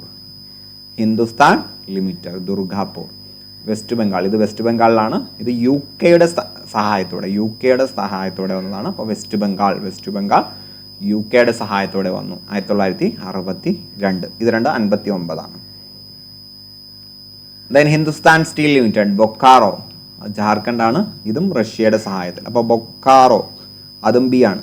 അപ്പോൾ ഈ ബിയിൽ വരുന്ന ഭിലായ്, ബൊക്കാറോ, ഇത് രണ്ടും റഷ്യയുടെ സഹായത്തോടെയാണ്. ദുർഗാപൂർ അത് ഡിയിലാണ് വരുന്നത്. ഇത് നമുക്ക് ഡക്ക് അഥവാ താറാവ്, ഡക്ക് എന്ന രീതിയിൽ പഠിക്കാം. UK duck. ഓക്കെ അല്ലേ. അപ്പോൾ അത് 4 കൃത്യമായിട്ട് പഠിച്ചു വെക്കുക. ഇതിനടുത്ത മാംഗനീസ്. ഇരുമ്പുരുക്ക് വ്യവസായത്തിൽ ഉപയോഗിക്കുന്ന പ്രധാന ലോഹധാതുവാണ് മാംഗനീസ്. ഇരുമ്പയിര് നിക്ഷേപങ്ങൾക്ക് സമീപമായി പൊതുവെ മാംഗനീസ് നിക്ഷേപങ്ങളും കണ്ടുവരുന്നു. ഒഡീഷയാണ് ഉൽപാദനത്തിൽ ഏറ്റവും മുന്നിൽ. കർണാടകം, മഹാരാഷ്ട്ര, മധ്യപ്രദേശ് എന്നിവയും മറ്റു പ്രധാന ഉൽപാദന സംസ്ഥാനങ്ങളാണ്. ഇരുമ്പുമായി കൂട്ടിക്കലർത്തി സങ്കരലോഹങ്ങൾ നിർമ്മിക്കുന്നതിന് മാംഗനീസ് ഉപയോഗിക്കുന്നു. അപ്പോൾ കൽക്കരി, അതുപോലെ മാംഗനീസ് എല്ലാം നമ്മൾ ഇരുമ്പ് അയിര് നിർമ്മിക്കുന്നതിന് സഹായിക്കുന്നതാണ്. അപ്പോൾ ഇന്ത്യയിലെ മറ്റു ചില പ്രധാനപ്പെട്ട ധാതുക്കളിലേക്ക് വരാം. സ്വർണം, വെള്ളി, ചെമ്പ്, ബോക്സൈറ്റ്, അബ്രം. ഉണ്ടല്ലേ. സ്വർണം ആഭരണത്തിന് വേണ്ടി ഉപയോഗിക്കുന്നു. പ്രധാനമായിട്ടും കർണാടകയാണ് ഉൽപാദന സംസ്ഥാനം. സിൽവർ, വെള്ളി ആഭരണം, അതേപോലെ ഇലക്ട്രോപ്ലേറ്റിംഗ് ഫോട്ടോഗ്രഫി. രാജസ്ഥാൻ, ജാർഖണ്ഡ്, കർണാടക. ചെമ്പിലേക്ക് വരുന്ന സമയത്ത് വൈദ്യുതോപകരണ വ്യവസായങ്ങളിൽ ചാലകമായി ഒരു കണ്ടക്ടറായിട്ട് ഉപയോഗിക്കുന്നു. ജാർഖണ്ഡ്, രാജസ്ഥാൻ, മധ്യപ്രദേശ്, ഇതാണ് സംസ്ഥാനങ്ങൾ. ദെൻ ബോക്സൈറ്റ്, അലൂമിനിയത്തിൻ്റെ അയിരാണ് ബോക്സൈറ്റ്. വിമാനം, വൈദ്യുത ഉപകരണങ്ങൾ, ഗാർഹിക ഉപകരണങ്ങൾ എന്നിവയ്ക്ക് വേണ്ടി ഉപയോഗിക്കുന്നു. അപ്പോൾ വൈദ്യുത ഉപകരണങ്ങൾ, വിമാനം. അപ്പോൾ വിമാനത്തിൻ്റെ നിർമ്മാണത്തിൽ എന്ത് ചെയ്യുന്നുണ്ട്? ബോക്സൈറ്റ് ഉപയോഗിക്കുന്നുണ്ട്. ജാർഖണ്ഡ്, ഛത്തീസ്ഗഡ്, മധ്യപ്രദേശ്, ഒഡീഷ എന്നിവയാണ് സംസ്ഥാനങ്ങൾ. അബ്രം എന്ന് പറയുന്നത് വൈദ്യുതോപകരണ വ്യവസായങ്ങളിൽ ഇൻസുലേറ്ററായിട്ട് ഉപയോഗിക്കുന്നു. ഇൻസുലേറ്റർ നമ്മൾ ഫിസിക്സിൽ പഠിക്കും എന്താണ് ഇൻസുലേറ്റർ എന്ന് കേട്ടോ. ആന്ധ്രാപ്രദേശ്, രാജസ്ഥാൻ, ജാർഖണ്ഡ്, ബീഹാർ. ദെൻ ഇന്ധനങ്ങളിലേക്ക് വരാം. ധാതു ഇന്ധനങ്ങൾ. കൃഷി, വ്യവസായം, ഗതാഗതം തുടങ്ങിയ വിവിധ മേഖലകളിലെ ഊർജാവശ്യങ്ങൾക്ക് നാം ആശ്രയിക്കുന്ന ധാതു വിഭവങ്ങളെയാണ് എന്ത് പറയുന്നത്? ധാതു ഇന്ധനങ്ങൾ എന്ന് പറയുന്നത്. കൽക്കരി, പെട്രോളിയം, പ്രകൃതിവാതകങ്ങൾ എന്നിവയാണ് ഇത്തരം ധാതു ഇന്ധനങ്ങൾക്ക് ഉദാഹരണം. കൽക്കരി, പെട്രോളിയം, പ്രകൃതിവാതകങ്ങൾ. ഇവയുടെ വിശദാംശങ്ങളിലേക്ക് വരാം. കൽക്കരി. ഇന്ത്യയിലെ മുഖ്യ താപോർജ സ്രോതസ് കൽക്കരിയാണ്. പ്രധാന വ്യാവസായിക ഇന്ധനവും കൽക്കരിയാണ്. ബിറ്റുമിനസ് വിഭാഗത്തിൽപ്പെട്ട ഇടത്തരം നിലവാരത്തിലുള്ള കൽക്കരിയാണ് ഇന്ത്യയിൽ കൂടുതലായും കാണപ്പെടുന്നത്. Very very important. ബിറ്റുമിനസ് വിഭാഗത്തിൽപ്പെട്ട ഇടത്തരം നിലവാരത്തിലുള്ള കൽക്കരി. അപ്പോൾ ഒരു ഇടത്തരം ബിറ്റുമിനസ് അല്ലേ. ദെൻ പശ്ചിമ ബംഗാൾ, വെസ്റ്റ് ബംഗാൾ, ജാർഖണ്ഡ്, ഒഡീഷ, ഛത്തീസ്ഗഡ് എന്നിവയാണ് പ്രധാന ഉൽപാദക സംസ്ഥാനങ്ങൾ. ജാർഖണ്ഡിലെ ഝാരിയയാണ് ഇന്ത്യയിലെ ഏറ്റവും വലിയ കൽക്കരിപ്പാടം. അടുത്ത ഇമ്പോർട്ടൻ്റ് ആയിട്ട് പോയിന്റ് പഠിച്ചോ. ഇന്ത്യയിലെ ഏറ്റവും വലിയ കൽക്കരിപ്പാടം ജാർഖണ്ഡിലെ ഝാരി. തമിഴ്നാട്ടിലെ നെയ്വേലിയിൽ ലിഗ്നൈറ്റ് എന്ന ഇന്ധനക്ഷമത കുറഞ്ഞ കൽക്കരി കാണപ്പെടുന്നു. അപ്പോൾ ഇന്ധനക്ഷമത കുറഞ്ഞത് ലിഗ്നൈറ്റ്. അപ്പോൾ ലിഗ്നൈറ്റ് ലൈറ്റ് ആയിട്ടുള്ളത്, ചെറുത് അല്ലേ, ലിഗ്നൈറ്റ്. അത് തമിഴ്നാട്ടിലെ നെയ്വേലി. 3 പോയിന്റുകളും വളരെ വളരെ ഇമ്പോർട്ടൻറ്റ് ചോദിച്ചിട്ടുള്ളതാണ്. ദെൻ പെട്രോളിയവും വാതകവും റോഡ്, റെയിൽ, വ്യോമ ഗതാഗത മേഖലകൾക്ക് മുഖ്യ ഊർജ്ജ സ്രോതസ് പെട്രോളിയമാണ്. പെട്രോൾ, ഡീസൽ തുടങ്ങിയ ഇന്ധനങ്ങൾ കൂടാതെ രാസവളങ്ങൾ, കൃത്രിമ റബ്ബർ, കൃത്രിമ നാരുകൾ, വാസലിൻ തുടങ്ങിയ വിവിധ തരം ഉൽപ്പന്നങ്ങൾ പെട്രോളിയത്തിൽ നിന്ന് വേർതിരിച്ചെടുക്കുന്നു. അപ്പോൾ ഇവിടെ നോക്കൂ, കൃത്രിമ റബ്ബർ, കൃത്രിമ നാരുകൾ, വാസലിൻ, ഇതും പെട്രോളിയത്തിൽ നിന്നാണ് നമ്മൾ നിർമ്മിക്കുന്നത്. അസമിലെ ഡിഗ് ബോയിലാണ് ഇന്ത്യയിൽ ആദ്യമായി പെട്രോളിയം ഖനനം ചെയ്തത്. ഇമ്പോർട്ടൻറ്റ്, ഡിഗ് ബോയ് വന്നു, കുഴിച്ചു നോക്കി, അപ്പോൾ പെട്രോൾ കിട്ടി. ഡിഗ് കുഴിക്കുക, ബോയ് അല്ലേ, ബോയ് വന്നു കുഴിച്ചു നോക്കി, അപ്പോൾ അസമിൽ പെട്രോൾ കിട്ടി. അസം, ഗുജറാത്ത്, മഹാരാഷ്ട്ര എന്നിവയാണ് ഇന്ത്യയിലെ പെട്രോളിയം ഉൽപ്പാദക സംസ്ഥാനങ്ങൾ. മഹാരാഷ്ട്രയിലെ മുംബൈ ഹൈ ആണ് ഇന്ത്യയിലെ ഏറ്റവും വലിയ എണ്ണപ്പാടം മുംബൈയിലെ ഹൈ ആണ്. കൽക്കരിപ്പാടം എവിടെ നമ്മൾ പറഞ്ഞു? കൽക്കരിപ്പാടം ജാർഖണ്ഡിലെ ഝാറി. പെട്രോളിയം നമ്മളിപ്പോൾ പറഞ്ഞു മുംബൈ ഹൈ. അതാണ് ആ ചിത്രം, കണ്ടോ? പെട്രോളിയം ഖനനത്തോടൊപ്പം ലഭിക്കുന്ന ഇന്ധനമാണ് പ്രകൃതിവാതകം. ചിലയിടങ്ങളിൽ പ്രകൃതിവാതക നിക്ഷേപങ്ങൾ മാത്രമായും കാണപ്പെടുന്നുണ്ട്, പ്രത്യേകിച്ച് തമിഴ്നാട്, ആന്ധ്രാപ്രദേശങ്ങളിൽ. അപ്പോൾ പെട്രോളിയത്തോട് ചേർന്ന് അത് ഖനനം ചെയ്യുമ്പോൾ തന്നെ നമുക്ക് പ്രകൃതിവാതകം കിട്ടും. എന്നാൽ ചില സ്ഥലങ്ങളിൽ പ്രകൃതിവാതകം മാത്രമായിട്ടും ലഭ്യമാണ്. അതിനുദാഹരണമാണ് തമിഴ്നാട്, ആന്ധ്രാപ്രദേശ്. ദെൻ ആണവധാതുക്കൾ യുറേനിയം, തോറിയം എന്നിവയാണ് പ്രധാന ആണവധാതുക്കൾ. ജാർഖണ്ഡ്, രാജസ്ഥാൻ, മഹാരാഷ്ട്ര സംസ്ഥാനങ്ങളിലായി സമ്പന്നമായ യുറേനിയം നിക്ഷേപങ്ങളുമുണ്ട്. അപ്പോൾ യുറേനിയം, തോറിയം. ജാർഖണ്ഡ്, രാജസ്ഥാൻ, മഹാരാഷ്ട്ര സംസ്ഥാനങ്ങളിൽ യുറേനിയം നിക്ഷേപങ്ങളുണ്ട്. കേരളം, തമിഴ്നാട് തുടങ്ങിയ സംസ്ഥാനങ്ങളിലാകട്ടെ തീരപ്രദേശങ്ങളിൽ മോണസൈറ്റ്, ഇൽമനൈറ്റ് എന്നീ ധാതുക്കളിൽ നിന്നും തോറിയം ഉൽപ്പാദിപ്പിക്കുന്നു. കേട്ടോ, മോണസൈറ്റ്, ഇൽമനൈറ്റിൽ നിന്നും തോറിയം ഉൽപ്പാദിപ്പിക്കുന്നു. ഇന്ത്യയിലെ പ്രധാന ആണവ ഊർജ്ജ നിലയങ്ങൾ, ന്യൂക്ലിയർ പവർ അല്ലെ, ആണവ ഊർജ്ജ നിലയങ്ങൾ നമുക്ക് നോക്കാം. താരാപൂർ, മഹാരാഷ്ട്ര; റാവുത്തഭട്ട, രാജസ്ഥാൻ; കൽപ്പാക്കം, കൂടംകുളം, തമിഴ്നാട്; കൈഗ, കർണാടക; കാക്രാപാറ, ഗുജറാത്ത്; നരോറ, ഉത്തർപ്രദേശ്. ഇതൊക്കെ പഠിക്കേണ്ട കാര്യങ്ങളാണ്. ഞാൻ എല്ലാത്തിലും കോഡ് പറയാത്തത്, നമുക്ക് സമയം ഒരുപാട് അതിനകത്ത് സ്പെൻഡ് ചെയ്യേണ്ടി വരും. പ്രധാനമായിട്ടും ചോദിക്കുന്ന ഏരിയകളുടെ കോഡുകൾ നിങ്ങൾക്ക് ആവശ്യമാണ് എങ്കിൽ നമുക്ക് കോഡുകൾ വെച്ച് മാത്രമുള്ള ചെറിയ ചെറിയ ക്ലാസ്സുകൾ ഭാവിയിൽ ചെയ്യാവുന്നതാണ് കേട്ടോ. ദെൻ ഇവിടെ നോക്കുമ്പോൾ കൂടംകുളം അണുശക്തി നിലയം നിങ്ങൾക്ക് കാണാം. ദെൻ പാരമ്പര്യേതര ഊർജ സ്രോതസ്സുകൾ, കൽക്കരി, പെട്രോളിയം തുടങ്ങിയ ധാതു വിഭവങ്ങളാണ് നാം ഏറെ കാലമായിട്ട് ഊർജ്ജ ആവശ്യങ്ങൾക്കായി പ്രയോജനപ്പെടുത്തുന്നത്. നമ്മൾ ഊർജ്ജ സ്രോതസ്സുകൾ എന്ന് പറഞ്ഞ് ഫിസിക്സിൽ ക്ലാസ് ചെയ്തിട്ടുണ്ട്. അപ്പോൾ അതിനകത്ത് പാരമ്പര്യേതര ഊർജ്ജ സ്രോതസ് എന്താണെന്നൊക്കെ ഡീറ്റെയിൽ ആയിട്ട് പറഞ്ഞിട്ടുണ്ട്. അത് കേൾക്കാത്ത ആളുകൾ അത് കൂടി കേൾക്കുക കേട്ടോ. അതുകൊണ്ട് തന്നെ ഇത്തരം ഊർജ്ജ സ്രോതസ്സുകളെ പാരമ്പര്യ സ്രോതസ്സുകൾ, കാരണം നമുക്ക് ഉപയോഗിച്ച് കഴിഞ്ഞാൽ തീർന്നു പോകും അല്ലേ, അത് പാരമ്പര്യ സ്രോതസ്സുകളാണ്. അപ്പോൾ കൽക്കരിയും പെട്രോളിയം ഒക്കെ പാരമ്പര്യ സ്രോതസ്സാണ്. പിന്നീട് കൽക്കരിയും പെട്രോളിയം ഒക്കെ ഉണ്ടാകണമെങ്കിൽ വർഷങ്ങൾ എടുക്കണം. എന്നാൽ ഇത്തരം ധാതുക്കൾ പുനർസ്ഥാപിക്കപ്പെടാത്ത ആയതിനാൽ പാരമ്പര്യം എന്നുള്ളത് പുനർസ്ഥാപിക്കപ്പെടാൻ കഴിയാത്തതാണ്. അതുകൊണ്ട് തന്നെ ഭൂമിയിൽ ഈ വിഭവങ്ങൾ ശുഷ്കമായി കൊണ്ടിരിക്കുകയാണ് അല്ലെ, കുറഞ്ഞുകൊണ്ടിരിക്കുകയാണ്. ഇത്തരം ഇന്ധനങ്ങൾ കത്തിക്കുന്നത് വൻതോതിൽ പരിസ്ഥിതി മലിനീകരണവും സൃഷ്ടിക്കുന്നു. അപ്പോൾ ഉപയോഗിച്ചാൽ തീർന്നു പോകും, പരിസ്ഥിതിക്ക് ദോഷകരമാണ്. ഇതിന് ബദലായിട്ട് നമ്മൾ ഉപയോഗിക്കുന്നതാണ് പാരമ്പര്യേതര ഊർജ്ജ സ്രോതസ്സുകൾ. അതിൽപ്പെട്ടതാണ് സൗരോർജം, കാറ്റിൽ നിന്നുള്ള ഊർജം, തിരമാലയിൽ നിന്നുള്ള ഊർജം, വേലിയോർജം, ജൈവവാതകം. അപ്പോൾ ഇവിടെ ഇത് പരിസ്ഥിതിക്ക് ദോഷവുമല്ല, നമുക്ക് സ്ഥിരം കിട്ടുന്നതാണ്, ലഭ്യത കുറവുമില്ല. സോ പുനർസ്ഥാപന ശേഷിയുള്ളതും ചെലവ് കുറഞ്ഞതും പരിസ്ഥിതി പ്രശ്നങ്ങൾ ഉണ്ടാക്കാത്തതുമായ ഈ സ്രോതസ്സുകളിൽ നിന്ന് ഇന്ത്യയിൽ ഏക പ്രാമുഖ്യം നൽകി വരുന്നുണ്ട് അല്ലേ. ഇപ്പോൾ നമ്മുടെ നാട്ടിലൊക്കെ സോളാറിലേക്കും മറ്റും മാറി തുടങ്ങിയിട്ടുണ്ട് അല്ലേ. ദെൻ ഊർജം അവിടെ നമ്മൾ കംപ്ലീറ്റ് ആക്കി. ഇനി നമ്മൾ ഗതാഗതത്തിലേക്ക് വരിക. സോ ഡിയർ ഫ്രണ്ട്സ്, ക്ലാസ് ഒരു പക്ഷേ കുറച്ച് ലെങ്തി ആണ് എങ്കിൽ നിങ്ങൾ എന്ത് ചെയ്യുക, ബ്രേക്ക് എടുത്ത് കേൾക്കുക കേട്ടോ. ഒരു നിശ്ചിത പോയിന്റ് വരുമ്പോൾ ബ്രേക്ക് എടുത്ത് കേൾക്കുക, ഒറ്റ സ്ട്രെച്ചിൽ കേൾക്കാതിരിക്കുക അല്ലേ. ഇതിപ്പോൾ യൂട്യൂബ് റെക്കോർഡഡ് വീഡിയോ ആയതുകൊണ്ട് നിങ്ങൾക്ക് അതിനുള്ളൊരു സിസ്റ്റം, അതിനുള്ളൊരു സൗകര്യം നിങ്ങൾക്കുണ്ട്. അതുകൊണ്ടാണ് ഞാൻ ഒറ്റ സ്ട്രെച്ചിൽ ക്ലാസ് എടുക്കുന്നത്. ഞാനത് ഒറ്റ സ്ട്രെച്ചിൽ എടുത്തില്ല എങ്കിൽ നമ്മുടെ ക്ലാസ് വീണ്ടും നീണ്ടു പോകും എന്നുള്ളൊരു പ്രശ്നമുണ്ട്. സോ നമുക്ക് ഗതാഗതം എന്ന ടോപ്പിക്കിലേക്ക് വരാം. ചിത്രങ്ങൾ ശ്രദ്ധിക്കൂ. വൈവിധ്യമാർന്ന ഈ ഗതാഗത മാർഗങ്ങൾ രാജ്യ പുരോഗതിയെ എപ്രകാരമാണ് സ്വാധീനിക്കുന്നത് നമുക്ക് നോക്കാം. ഇവിടെ റോഡ്, ഇവിടെ റെയില്, ഇവിടെ എയർ. ഇവിടെ നമുക്ക് നോക്കുന്ന സമയത്ത് സമുദ്ര ഗതാഗതവും ഉൾനാടൻ ജലഗതാഗതവും ഒക്കെ നമുക്ക് കാണാൻ കഴിയുന്നുണ്ട്. ഉൽപാദന മേഖലകൾക്ക് ആവശ്യമായ അസംസ്കൃത വസ്തുക്കൾ ഉറപ്പാക്കുന്നതിനും ഉൽപ്പന്നങ്ങൾ ഉപഭോക്താക്കളിലേക്ക് ആവശ്യാനുസരണം എത്തിക്കുന്നതിനും കാര്യക്ഷമമായ ഗതാഗത വ്യവസ്ഥ അനിവാര്യമാണ്. ഓരോ പ്രദേശത്തിൻ്റെയും ഭൗതിക സാഹചര്യങ്ങൾക്ക് ഇണങ്ങും വിധമാണ് ഗതാഗത മാർഗങ്ങൾ കണ്ടെത്തുന്നത്. സോ ഓരോ സ്ഥലത്തെയും പ്രത്യേകത പോലെ നമുക്ക് എന്ത് ചെയ്യാം, ഗതാഗതം ഉപയോഗിക്കാം. അതിലൂടെ നമുക്ക് ഉൽപ്പാദിപ്പിക്കുന്ന സാധനങ്ങൾ അങ്ങോട്ടും ഇങ്ങോട്ടും ട്രാൻസ്പോർട്ട് ചെയ്യാനും കഴിയും. ഇപ്പോൾ റോഡ് ഗതാഗതം രാജ്യത്ത് അങ്ങോളം ഇങ്ങോളം വ്യാപിച്ചു കിടക്കുന്ന ഗ്രാമങ്ങളെയും നഗരങ്ങളെയും പരസ്പരം ബന്ധിപ്പിക്കുന്ന ഏറ്റവും പ്രധാന മാർഗം റോഡ് ഗതാഗതമാണ്. അപ്പോൾ ഏറ്റവും പ്രധാനമായിട്ടുള്ള ഗതാഗതം റോഡാണ്. നിർവ്വഹണ സംവിധാനങ്ങൾ അടിസ്ഥാനമാക്കി ഇന്ത്യയിലെ റോഡുകളെ 4 വർഗീകരിക്കുന്നു. അപ്പോൾ ഇനി നിങ്ങൾ നോക്കുക, സ്റ്റേറ്റ് ഹൈവേ, നാഷണൽ ഹൈവേ എന്നൊക്കെ പറയുമ്പോൾ നിങ്ങൾ മനസ്സിലാക്കുക എന്താണ് വ്യത്യാസം. നാഷണൽ ഹൈവേ NH ദേശീയപാതകൾ എന്ന് പറയുന്നത് രാജ്യത്തെ വിവിധ സംസ്ഥാന തലസ്ഥാനങ്ങൾ, പ്രധാന നഗരങ്ങൾ, തുറമുഖങ്ങൾ തുടങ്ങിയ കേന്ദ്രങ്ങളെ ബന്ധിപ്പിക്കുന്ന പ്രധാന റോഡുകളാണ് ദേശീയപാത. അപ്പോൾ സംസ്ഥാനങ്ങളും പ്രധാന നഗരങ്ങളും തമ്മിലാണ് ബന്ധിപ്പിക്കുന്നത്. ഈ റോഡുകളുടെ നിർമ്മാണ ചുമതല നിർവഹിക്കുന്നത് കേന്ദ്ര സർക്കാരാണ്. നാഷണൽ ആയതുകൊണ്ട് തന്നെ കേന്ദ്ര സർക്കാരാണ്.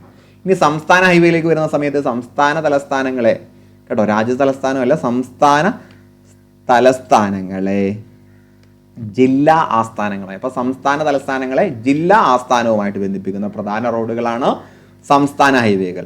ഈ റോഡുകളുടെ നിർമ്മാണ ചുമതല നിർവഹിക്കുന്നത് സംസ്ഥാന റോഡുകളിലെ സംസ്ഥാന സർക്കാരാണ്.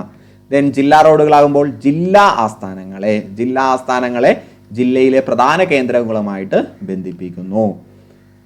ഈ റോഡ് നിർമ്മിക്കുന്നത് ആരായിരിക്കും? അത് നിർമ്മിക്കുന്നതും ജില്ലാ പഞ്ചായത്തുകളാണ്. ദെൻ ഗ്രാമീണ റോഡ്, അപ്പോൾ നമുക്ക് പറയാം ഇവിടെ ജില്ലാ റോഡ്, ജില്ലാ ആസ്ഥാനങ്ങൾ എന്ന് പറയുന്നത് പോലെ ഗ്രാമീണ റോഡുകൾ ഗ്രാമങ്ങളിലെ ആഭ്യന്തര സഞ്ചാരം ഉറപ്പാക്കുന്ന റോഡുകളാണ്. ഇന്ത്യയിലെ ആകെ റോഡ് ദൈർഘ്യത്തിൽ 80% ഗ്രാമീണ റോഡുകളാണ്. അതിൽ പല പല ഭാഗങ്ങളിലായിട്ടുള്ള റോഡുകൾ എടുത്ത് നോക്കുന്ന സമയത്ത് ഏറ്റവും ദൈർഘ്യമുള്ളത് ഗ്രാമീണ റോഡുകളാണ്. ഇതിൻ്റെ നിർമ്മാണവും പരിപാലനവും തദ്ദേശ സ്വയംഭരണ സ്ഥാപനങ്ങളാണ് നിർവഹിക്കുന്നത്. ഓക്കെ അല്ലേ? വളരെ സിമ്പിളായിട്ടുള്ളൊരു കാര്യമായിരുന്നു. ദെൻ ഇന്ത്യയുടെ മെഗാനഗരങ്ങളായ ഡൽഹി, മുംബൈ, ചെന്നൈ, കൊൽക്കത്ത എന്നിവിടങ്ങളെ തമ്മിൽ ബന്ധിപ്പിക്കുന്ന 6 വരി പാതകളായ സൂപ്പർ ഹൈവേകളെ ചേർത്ത് സുവർണ ചതുഷ്കോണ സൂപ്പർ ഹൈവേ എന്നാണ് പേര് നൽകിയിട്ടുള്ളത്. അപ്പോൾ സുവർണ ചതുഷ്കോണ സൂപ്പർ ഹൈവേ എന്താണെന്ന് പഠിക്കുക. സുവർണ ചതുഷ്കോണ സൂപ്പർ ഹൈവേ എന്ന് പറഞ്ഞാൽ ഇന്ത്യയിലെ പ്രധാന നഗരങ്ങൾ, മെഗാനഗരങ്ങളായ ഡൽഹി, മുംബൈ, ചെന്നൈ, കൊൽക്കത്ത എന്നിവിടങ്ങളെ തമ്മിൽ ബന്ധിപ്പിക്കുന്ന 6 വരി പാത, അവകൾക്ക് നമ്മൾ സൂപ്പർ ഹൈവേ എന്നാണ് പറയുന്നത്. അവകളെ എല്ലാം കൂടി ചേർത്ത് നമ്മൾ പറയുന്ന പേര് സുവർണ ചതുഷ്കോണ സൂപ്പർ ഹൈവേ. അതിൻ്റെ ചിത്രമാണ് ഇവിടെ കൊടുത്തിട്ടുള്ളത്. ഇന്ത്യയിൽ എല്ലായിടത്തും റോഡ് സാന്ദ്രത ഒരേപോലെയല്ല. പ്രദേശത്തിൻ്റെ ഭൂപ്രകൃതിയും സാമ്പത്തിക വികസന തലവുമാണ് മുഖ്യമായും റോഡ് ശൃംഖലയുടെ വികസന തോത് നിർണ്ണയിക്കുന്നത്. ദെൻ റെയിൽ ഗതാഗതം. ഏഷ്യയിലെ ഏറ്റവും വലിയ റെയിൽവേ ശൃംഖല ഇന്ത്യയിലാണ്. ഏഷ്യയിലെ ഏറ്റവും വലിയ, ലോകത്തിലെ അല്ല, ഏഷ്യയിലെ ഏറ്റവും വലിയ റെയിൽവേ ശൃംഖല ഇന്ത്യയിലാണ്. ഇന്ത്യയിലെ ഏറ്റവും വലിയ പൊതുമേഖലാ സംരംഭം കൂടിയാണ് ഇന്ത്യൻ റെയിൽവേ. ഇന്ത്യയിലെ ഏറ്റവും വലിയ പൊതുമേഖലാ സംരംഭം ഇന്ത്യൻ റെയിൽവേ ആണ്.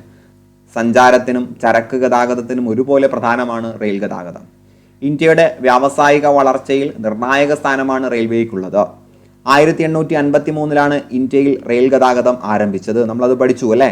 മഹാരാഷ്ട്രയിലെ മുംബൈ മുതൽ താനെ വരെ നീളുന്ന 34 കിലോമീറ്റർ ദൂരത്തിലായിരുന്നു തുടക്കം. ഇപ്പോൾ മുംബൈ ടു താന 34 കിലോമീറ്റർ. ഭരണ നിർവഹണത്തിനായി ഇന്ത്യൻ റെയിൽവേയെ 16 സോണുകളായിട്ട് തിരിച്ചിരിക്കുന്നു. 16 സോണുകൾ. അപ്പം നിലവിൽ എന്തെങ്കിലും മാറ്റം വന്നിട്ടുണ്ടോ എന്ന് ചെക്ക് ചെയ്യണം കേട്ടോ. അപ്പോൾ പാളങ്ങൾ തമ്മിലുള്ള അകലം അനുസരിച്ച് റെയിൽവേയെ നമ്മൾ വിവിധ തരത്തിൽ തിരിക്കുന്നുണ്ട്. Broad gauge, metre gauge, narrow gauge, ഇങ്ങനെ 3ആയിട്ട് തിരിക്കുന്നുണ്ട്. അപ്പം ബ്രോഡ്, ഏറ്റവും വിശാലമായത് ബ്രോഡാണ്. അപ്പോൾ പാളങ്ങൾ തമ്മിൽ 1.676 മീറ്റർ അകലം ഉണ്ട് എങ്കിൽ അത് ബ്രോഡ് ഗേജ് ആണ്. ഇപ്പോൾ ഇന്ത്യയിലെ ആനുപാതിക ദൈർഘ്യം 74% ബ്രോഡ് ഗേജുകളാണ്. ദെൻ മീറ്റർ ഗേജ് എന്ന് പറയുമ്പോൾ റെയിൽ പാളങ്ങൾക്കിടയിൽ 1 മീറ്റർ അകലമാണ് ഉണ്ടാവുക. 21% അതിൻ്റെ ആനുപാതിക ദൈർഘ്യം. ഇപ്പോൾ ഇന്ത്യയിൽ ആകെ ഉള്ളതിൽ 21% മീറ്റർ ഗേജ്. ഏറ്റവും കൂടുതലുള്ളത് ബ്രോഡ് ഗേജ് തന്നെയാണ്. നാരോ ഗേജ് ഏറ്റവും ചെറുതാണ്. ഏറ്റവും കുറവ് കാണുന്നതും അത് തന്നെയാണ്, 5%. 0.762 മീറ്റർ, 0.610 മീറ്റർ. ഇനി കൊങ്കൺ റെയിൽവേ. PSC സ്ഥിരം ചോദിക്കുന്ന ഒരു ഏരിയയാണ് കൊങ്കൺ റെയിൽവേ. 1998 നിർമ്മാണം പൂർത്തീകരിച്ച കൊങ്കൺ റെയിൽവേ ഇന്ത്യൻ റെയിൽവേ കൈവരിച്ച നേട്ടങ്ങളിൽ ഏറ്റവും ശ്രദ്ധേയമാണ്. മഹാരാഷ്ട്രയിലെ റോഹ മുതൽ കർണാടകത്തിലെ മംഗലാപുരം വരെ 760 കിലോമീറ്റർ ആണ് ആകെ നീളം. അപ്പോൾ 760 കിലോമീറ്റർ ആണ് ആകെ നീളം. മഹാരാഷ്ട്ര മുതൽ കർണാടക, റോഹ മുതൽ മംഗലാപുരം എക്സാക്റ്റ് ആയിട്ട് പറഞ്ഞാൽ. സഞ്ചാരപാതയിൽ 146 നദികൾ പിന്നിടുന്ന ഈ പാതയിൽ ഏകദേശം 2000 പാലങ്ങളും 91 തുരങ്കങ്ങളുമാണുള്ളത്. അപ്പോൾ എത്ര ശ്രമകരമായിട്ട് നിർമ്മിച്ചതാണെന്ന് ഓർക്കുക. ഏഷ്യയിലെ ഏറ്റവും വലിയ റെയിൽ തുരങ്കം ഇവിടെയാണ്. ഏഷ്യയിലെ ഏറ്റവും വലിയ റെയിൽ തുരങ്കവും ഇവിടെയാണ്. 6.5 കിലോമീറ്ററാണ് അതിൻ്റെ ദൈർഘ്യം. മഹാരാഷ്ട്ര, ഗോവ, കർണാടകം എന്നീ സംസ്ഥാനങ്ങൾ ഈ സംരംഭത്തിൻ്റെ പങ്കാളികളാണ്. അപ്പോൾ 3 സംസ്ഥാനങ്ങൾ: മഹാരാഷ്ട്ര, ഗോവ, കർണാടകം. ഇവിടെ നിങ്ങൾക്ക് അതിൻ്റെ ചിത്രം കാണാൻ കഴിയും, കണ്ടില്ലേ? Then metre gauge, narrow gauge പാതകളെ ബ്രോഡ് ഗേജ് ആക്കി മാറ്റുന്നതിനുള്ള കർമ്മ പരിപാടികൾ റെയിൽവേ ത്വരിതമായി നടത്തി വരുന്നുണ്ട്. അപ്പോൾ ചെറിയ ഗേജുകളെല്ലാം ഇപ്പോൾ ബ്രോഡ് ഗേജിലേക്ക് മാറ്റിക്കൊണ്ടിരിക്കുകയാണ്. ആവി എഞ്ചിനുകൾ പൂർണ്ണമായും മാറ്റി ഡീസൽ എഞ്ചിനുകളും ഇലക്ട്രിക്കൽ എഞ്ചിനുകളുമാക്കി മാറ്റിക്കൊണ്ടിരിക്കുകയാണ്. അപ്പോൾ ആവി എഞ്ചിൻ, സ്റ്റീം എഞ്ചിനൊക്കെ മാറിക്കൊണ്ടിരിക്കുകയാണ്. കൂടാതെ പ്രധാന നഗരങ്ങൾ കേന്ദ്രീകരിച്ച് മെട്രോ റെയിൽ പദ്ധതിയും നടപ്പിലാക്കി വരുന്നു. കേരളത്തിലും മെട്രോ വന്നു അല്ലേ? ദെൻ ജലഗതാഗതത്തിലേക്ക് വരാം. വൻതോതിലുള്ള ചരക്ക് ഗതാഗതത്തിന് ഏറ്റവും അനുയോജ്യം ജലഗതാഗതമാണ്. അപ്പോൾ വൻതോതിലുള്ള ചരക്ക് ഗതാഗതം, അതാണ് ഫ്ലിപ്കാർട്ട്, ആമസോണിലേക്ക് നമ്മൾ ഓർഡർ ചെയ്യുന്ന സമയത്ത് ഷിപ്പിംഗ് എന്ന് കാണുന്നത് അല്ലേ? ഷിപ്പിംഗ് ചാർജ്, ഷിപ്പ്ഡ് എന്നൊക്കെ കാണിക്കുന്നത്. അപ്പോൾ അത് കുറച്ച് ചീപ്പാണ്. ഏറ്റവും അനുയോജ്യവും അത് തന്നെയാണ്. അപ്പോൾ ഏറ്റവും ചിലവ് കുറഞ്ഞ മാർഗ്ഗമാണ് വൻതോതിലുള്ള ഒരുപാട് ലഗേജുകൾ നമുക്ക് കൊണ്ടുവരാൻ കഴിയും. വൻതോതിലുള്ള ചരക്ക് ഗതാഗതത്തിന് ഉചിതമാണ്. പരിസ്ഥിതി മലിനീകരണം ഉണ്ടാകുന്നില്ല. അന്താരാഷ്ട്ര വ്യാപാരത്തിന് ഏറ്റവും അനുയോജ്യം ഈ ഒരു ജലഗതാഗതം ആണ്. ജലഗതാഗതം 2 തരത്തിലുണ്ട്: ഉൾനാടൻ ജലഗതാഗതവും സമുദ്ര ജലഗതാഗതം. അത് പേര് കേൾക്കുമ്പോൾ തന്നെ നിങ്ങൾക്ക് മനസ്സിലാവും. നദികൾ, കായലുകൾ, കനാലുകൾ തുടങ്ങിയ ജലാശയങ്ങളെയാണ് ഉൾനാടൻ ജലഗതാഗതമായിട്ട് നമ്മൾ ഉപയോഗപ്പെടുത്തുന്നത്. ഇന്ത്യയിൽ താഴെ പറയുന്ന ജലാശയങ്ങളാണ് വൻതോതിൽ ഉൾനാടൻ ജലഗതാഗതം പ്രയോജനപ്പെടുത്തുന്നത്. അപ്പോൾ ആകെ ഒരു 5-6 എണ്ണൊക്കെയാണ് പറയുന്നത്, പഠിച്ചു വെക്കുക. ഗംഗ, ബ്രഹ്മപുത്ര നദികളും പോഷക നദികളും. അപ്പോൾ ഗംഗ, ബ്രഹ്മപുത്ര. ഗോദാവരി, കൃഷ്ണ നദികളും പോഷക നദികളും. ആന്ധ്ര, തമിഴ്നാട് പ്രദേശത്തെ ബക്കിംഗ്ഹാം കനാലാണ്, ഒരു കനാലാണ് ബക്കിംഗ്ഹാം കനാൽ. ഗോവയിലെ മണ്ഡോവി, സുവാരി നദികൾ. കേരളത്തിലെ കായലുകൾ നമ്മൾ എന്ത് ചെയ്യുന്നുണ്ട്? ഉപയോഗിക്കുന്നുണ്ട്. സോ 1986 ഉൾനാടൻ ജലഗതാഗത അതോറിറ്റി രൂപം കൊണ്ട ശേഷം, അപ്പോൾ ഉൾനാടൻ ജലഗതാഗത അതോറിറ്റി രൂപം കൊണ്ടത് 1986 അതിനുശേഷം ഇന്ത്യയിൽ 5 ജലപാതകൾ കൊണ്ടുവന്നു. ദേശീയ ജലപാതകളാക്കി കേട്ടോ. 5 ജലപാതകളെ ദേശീയ ജലപാത, നമ്മൾ നാഷണൽ ഹൈവേ എന്ന് പറയുന്നത് പോലെ നാഷണൽ വാട്ടർ വേ NW ആക്കി മാറ്റി. സോ അത് നമുക്ക് നോക്കാം. NW1 എന്ന് പറയുന്നത് ഗംഗാ നദിയിൽ നിന്നും അലഹാബാദ് മുതൽ ഹാൽഡിയ വരെ കേട്ടോ. ഗംഗാ നദിയിലെ അലഹാബാദ് മുതൽ ഹാൽഡിയ വരെ അത് NW1 ആണ്, 1620 കിലോമീറ്റർ. ദെൻ NW2 ബ്രഹ്മപുത്ര നദിയിൽ സതിയ മുതൽ ദുബ്രി വരെ 891 കിലോമീറ്റർ. ഇത് ഇമ്പോർട്ടൻ്റ് ആണ്, കാരണം കേരളത്തിൻ്റെ കാര്യമാണ് പറയുന്നത്. ജലപാത 3 NW3 കേരളത്തിൽ കൊല്ലം മുതൽ കോട്ടപ്പുറം വരെയുള്ള പശ്ചിമ തീര കനാൽ 205 കിലോമീറ്റർ. ഇത് വളരെ ഇമ്പോർട്ടൻ്റ് ആയിട്ട് പഠിക്കുക. ഈ അടുത്ത LD വരെ ചോദിച്ചിട്ടുണ്ട്. 205 കിലോമീറ്റർ. ദെൻ ദേശീയ ജലപാത 4 ഗോദാവരി, കൃഷ്ണ നദികളുമായി ചേർന്ന് കാക്കിനാട മുതൽ പുതുച്ചേരി വരെയുള്ള കനാൽ. കാക്കിനാട മുതൽ പുതുച്ചേരി നമുക്ക് അടുത്തുള്ളതാണ് അല്ലേ? NW4. ദെൻ NW5 പൂർവ്വതീര കനാലുമായി ബന്ധിപ്പിച്ചിട്ടുള്ള ബ്രഹ്മണി മഹാനദി ഡെൽറ്റ നദീ വ്യവസ്ഥ 623 കിലോമീറ്റർ. അപ്പോൾ ഏറ്റവും വലുത് 1620 കിലോമീറ്റർ തന്നെയാണ് അല്ലേ? ഏറ്റവും ചെറുത് എന്ന് നമുക്ക് പറയാം 205 കിലോമീറ്റർ. സോ പഠിച്ചു വെക്കുക, ഇമ്പോർട്ടൻ്റ് ആണ്. സഞ്ചാരത്തിനും ചരക്ക് ഗതാഗതത്തിനും മാത്രമല്ല, ഉൾനാടൻ മത്സ്യബന്ധനത്തിനും വിനോദസഞ്ചാരത്തിനും ഉൾനാടൻ ജലഗതാഗതം പ്രയോജനപ്പെടുത്തുന്നു. അപ്പോൾ ഗതാഗതം മാത്രമല്ല, മറ്റു കാര്യങ്ങൾക്കും നമുക്കത് ഉപയോഗിക്കാൻ കഴിയും. ദെൻ ഇന്ത്യയുടെ പടിഞ്ഞാറും കിഴക്കുമായി 12ഓളം പ്രധാന തുറമുഖങ്ങളും 185ഓളം ചെറിയ തുറമുഖങ്ങളും ഉണ്ട്. അപ്പോൾ 12 വലിയ തുറമുഖവും 185 ചെറിയ തുറമുഖങ്ങളും ഉണ്ട്. അന്താരാഷ്ട്ര വാണിജ്യത്തിൽ ഇന്ത്യയിലെ തുറമുഖങ്ങൾക്ക് ശ്രദ്ധേയമായ സ്ഥാനമാണുള്ളത്. താഴെ പറയുന്നതാണ് ഇന്ത്യയിലെ പ്രധാനപ്പെട്ട തുറമുഖങ്ങൾ: കഡ്ല, മുംബൈ, നവശേവ, മർമഗോവ, മംഗലാപുരം, കൊച്ചി, തൂത്തുക്കുടി, ചെന്നൈ, വിശാഖപട്ടണം, പാരാദ്വീപ്, ഹാൽഡിയ, കൊൽക്കത്ത. ഇതൊക്കെ ഇന്ത്യയിലെ പ്രധാന തുറമുഖങ്ങളാണ്. പിന്നെ വിഴിഞ്ഞം തുറമുഖത്തെക്കുറിച്ചൊക്കെ നമ്മൾ കറണ്ട് അഫയേഴ്സിൻ്റെ സമയത്ത് ഡിസ്കസ് ചെയ്യും കേട്ടോ. അപ്പോൾ ഇന്ത്യയിലെ പ്രധാന തുറമുഖങ്ങൾ അടയാളപ്പെടുത്താൻ കൊടുത്തിട്ടുണ്ട്. ഇത് ചെയ്തു നോക്കുന്നത് നല്ലതാണ് കേട്ടോ. ഇത് ചെയ്തു നോക്കുന്നത് നമുക്ക് കുറച്ചുകൂടി ക്ലാരിറ്റി വരാൻ നല്ലതാണ്. വിഴിഞ്ഞം തുറമുഖ പദ്ധതി. വിഴിഞ്ഞം ആഴക്കടൽ വിവിധോദ്ദേശ തുറമുഖം യാഥാർത്ഥ്യമാക്കുന്നതോടെ കേരളത്തിന് 2 പ്രധാന തുറമുഖങ്ങൾ ഉണ്ടാകും. നമ്മൾ യാഥാർത്ഥ്യമായി അല്ലേ, പൊതു സ്വകാര്യ പങ്കാളിത്തത്തോടെ നടപ്പിലാക്കാൻ വിഭാവനം ചെയ്യുന്ന ഈ പദ്ധതിയുടെ ആദ്യഘട്ടം കണ്ടെയ്നർ തുറമുഖമായാണ് വികസിപ്പിക്കുന്നത്. അന്താരാഷ്ട്ര കടൽപാതയോട് ഏറ്റവും അടുത്ത് സ്ഥിതി ചെയ്യുന്നു എന്നതും സ്വാഭാവിക ആഴം 24 മീറ്ററിൽ കൂടുതലാണെന്നുള്ളതും നിർദ്ദിഷ്ട തുറമുഖത്തിൻ്റെ സവിശേഷതകളാണ്. അപ്പോൾ വലിയ വലിയ കപ്പലുകളൊക്കെ ഇവിടെ കൊണ്ടുവരാൻ തീരത്തടിയാൻ വളരെ സൗകര്യപ്രദമായിട്ടുള്ളൊരു തുറമുഖമാണ്. അത് നിലവിൽ വന്നിട്ടുണ്ട്. അതിൻ്റെ മറ്റ് അനുബന്ധ വിവരങ്ങൾ നമ്മൾ കറണ്ട് അഫയേഴ്സിൽ ഡിസ്കസ് ചെയ്യും. ദെൻ വ്യോമഗതാഗതം. എയർപോർട്ട് അതോറിറ്റി ഓഫ് ഇന്ത്യയുടെ നിയന്ത്രണത്തിൽ. എന്തിൻ്റെ നിയന്ത്രണത്തിൽ? എയർപോർട്ട് അതോറിറ്റി ഓഫ് ഇന്ത്യയുടെ നിയന്ത്രണത്തിലാണ് ഇന്ത്യയുടെ വ്യോമഗതാഗതം നിലവിൽ വരുന്നത്. ഇതിന് കീഴിൽ 11 അന്താരാഷ്ട്ര താവളങ്ങളടക്കം 126 വിമാനത്താവളങ്ങളാണ് ഉള്ളത്. അപ്പോൾ ഈ സംഖ്യകൾ പഠിക്കുമ്പോൾ ശ്രദ്ധിച്ച് പഠിക്കുക. ഇതിൽ മാറ്റം വരാൻ സാധ്യതയുണ്ട് കേട്ടോ. എയർ ഇന്ത്യ, ഇന്ത്യൻ എയർലൈൻസ് എന്നീ കോർപ്പറേഷനുകളാണ് യഥാക്രമം അന്താരാഷ്ട്ര ആഭ്യന്തര വിമാന സർവീസുകൾക്ക് കൈകാര്യം ചെയ്യുന്നത്. അപ്പോൾ അന്താരാഷ്ട്രമാണെങ്കിൽ എയർ ഇന്ത്യ, ആഭ്യന്തരമാണെങ്കിൽ ഇന്ത്യൻ എയർലൈൻസ്. ഇതാണ് പൊതുരംഗത്തുള്ളത്. ഇതോടൊപ്പം തന്നെ നിരവധി സ്വകാര്യ കമ്പനികളും ഇന്ത്യയിലുണ്ട്. വാക്കുകളിലൂടെ വർണ്ണിക്കാനാവാത്തത്ര സമ്പന്നമാണ് ഇന്ത്യയുടെ വിഭവ വൈവിധ്യം എന്ന് നമ്മൾ പഠിച്ചു. ഇതിനെ നമ്മൾ എന്ത് ചെയ്യണം? കൂടുതൽ ശാസ്ത്രീയമായും നീതിയുക്തമായും ഉപയോഗപ്പെടുത്താൻ കഴിയണം. നമ്മുടെ രാജ്യത്തിൻ്റെ ഭാവിക്ക് അത് ഏറെ എക്കാലത്തും നിർണായകമാണ്. സോ ഇന്ത്യൻ ജോഗ്രഫി നമ്മൾ കംപ്ലീറ്റ് ക്ലാസ്സുകളും ഡിസ്കസ് ചെയ്തു. ഇനി നമ്മൾ വേൾഡ് ജോഗ്രഫി സ്റ്റാർട്ട് ചെയ്യും. കേരള ഗവർണൻസ് നമ്മൾ സ്റ്റാർട്ട് ചെയ്തിട്ടുണ്ട്. അപ്പോൾ നിരവധി ടോപ്പിക്സ് നമ്മൾ എന്ത് ചെയ്യാണ്? കവർ ചെയ്തുകൊണ്ടിരിക്കുകയാണ്. അധികം വൈകാതെ തന്നെ നമ്മൾ എന്തും സ്റ്റാർട്ട് ചെയ്യും? മലയാളവും സ്റ്റാർട്ട് ചെയ്യും കേട്ടോ. മലയാളവും സ്റ്റാർട്ട് ചെയ്യും. അപ്പോൾ നിങ്ങളുടെ സപ്പോർട്ട് നമുക്കെപ്പോഴും ഊർജ്ജമാണ്. ഇൻസ്പയറിൻ്റെ കൂടുതൽ ക്ലാസ്സുകൾ കിട്ടാൻ നിങ്ങൾക്ക് താല്പര്യമുണ്ട് എങ്കിൽ നിങ്ങൾ ചെയ്യേണ്ട കാര്യം, നിങ്ങൾ ചാനലിനെ മാക്സിമം സപ്പോർട്ട് ചെയ്യുക, പഠിക്കുന്നവരിലേക്ക് ഇതിനെ ഷെയർ ചെയ്യുക. എല്ലാവിധ വിജയങ്ങളും ആശംസിച്ചുകൊണ്ട് ഞാൻ നിർത്തുകയാണ്. അടുത്ത ക്ലാസ്സിൽ വീണ്ടും കണ്ടുമുട്ടാം. അതുവരേക്കും ഏവർക്കും ഗുഡ് ബൈ.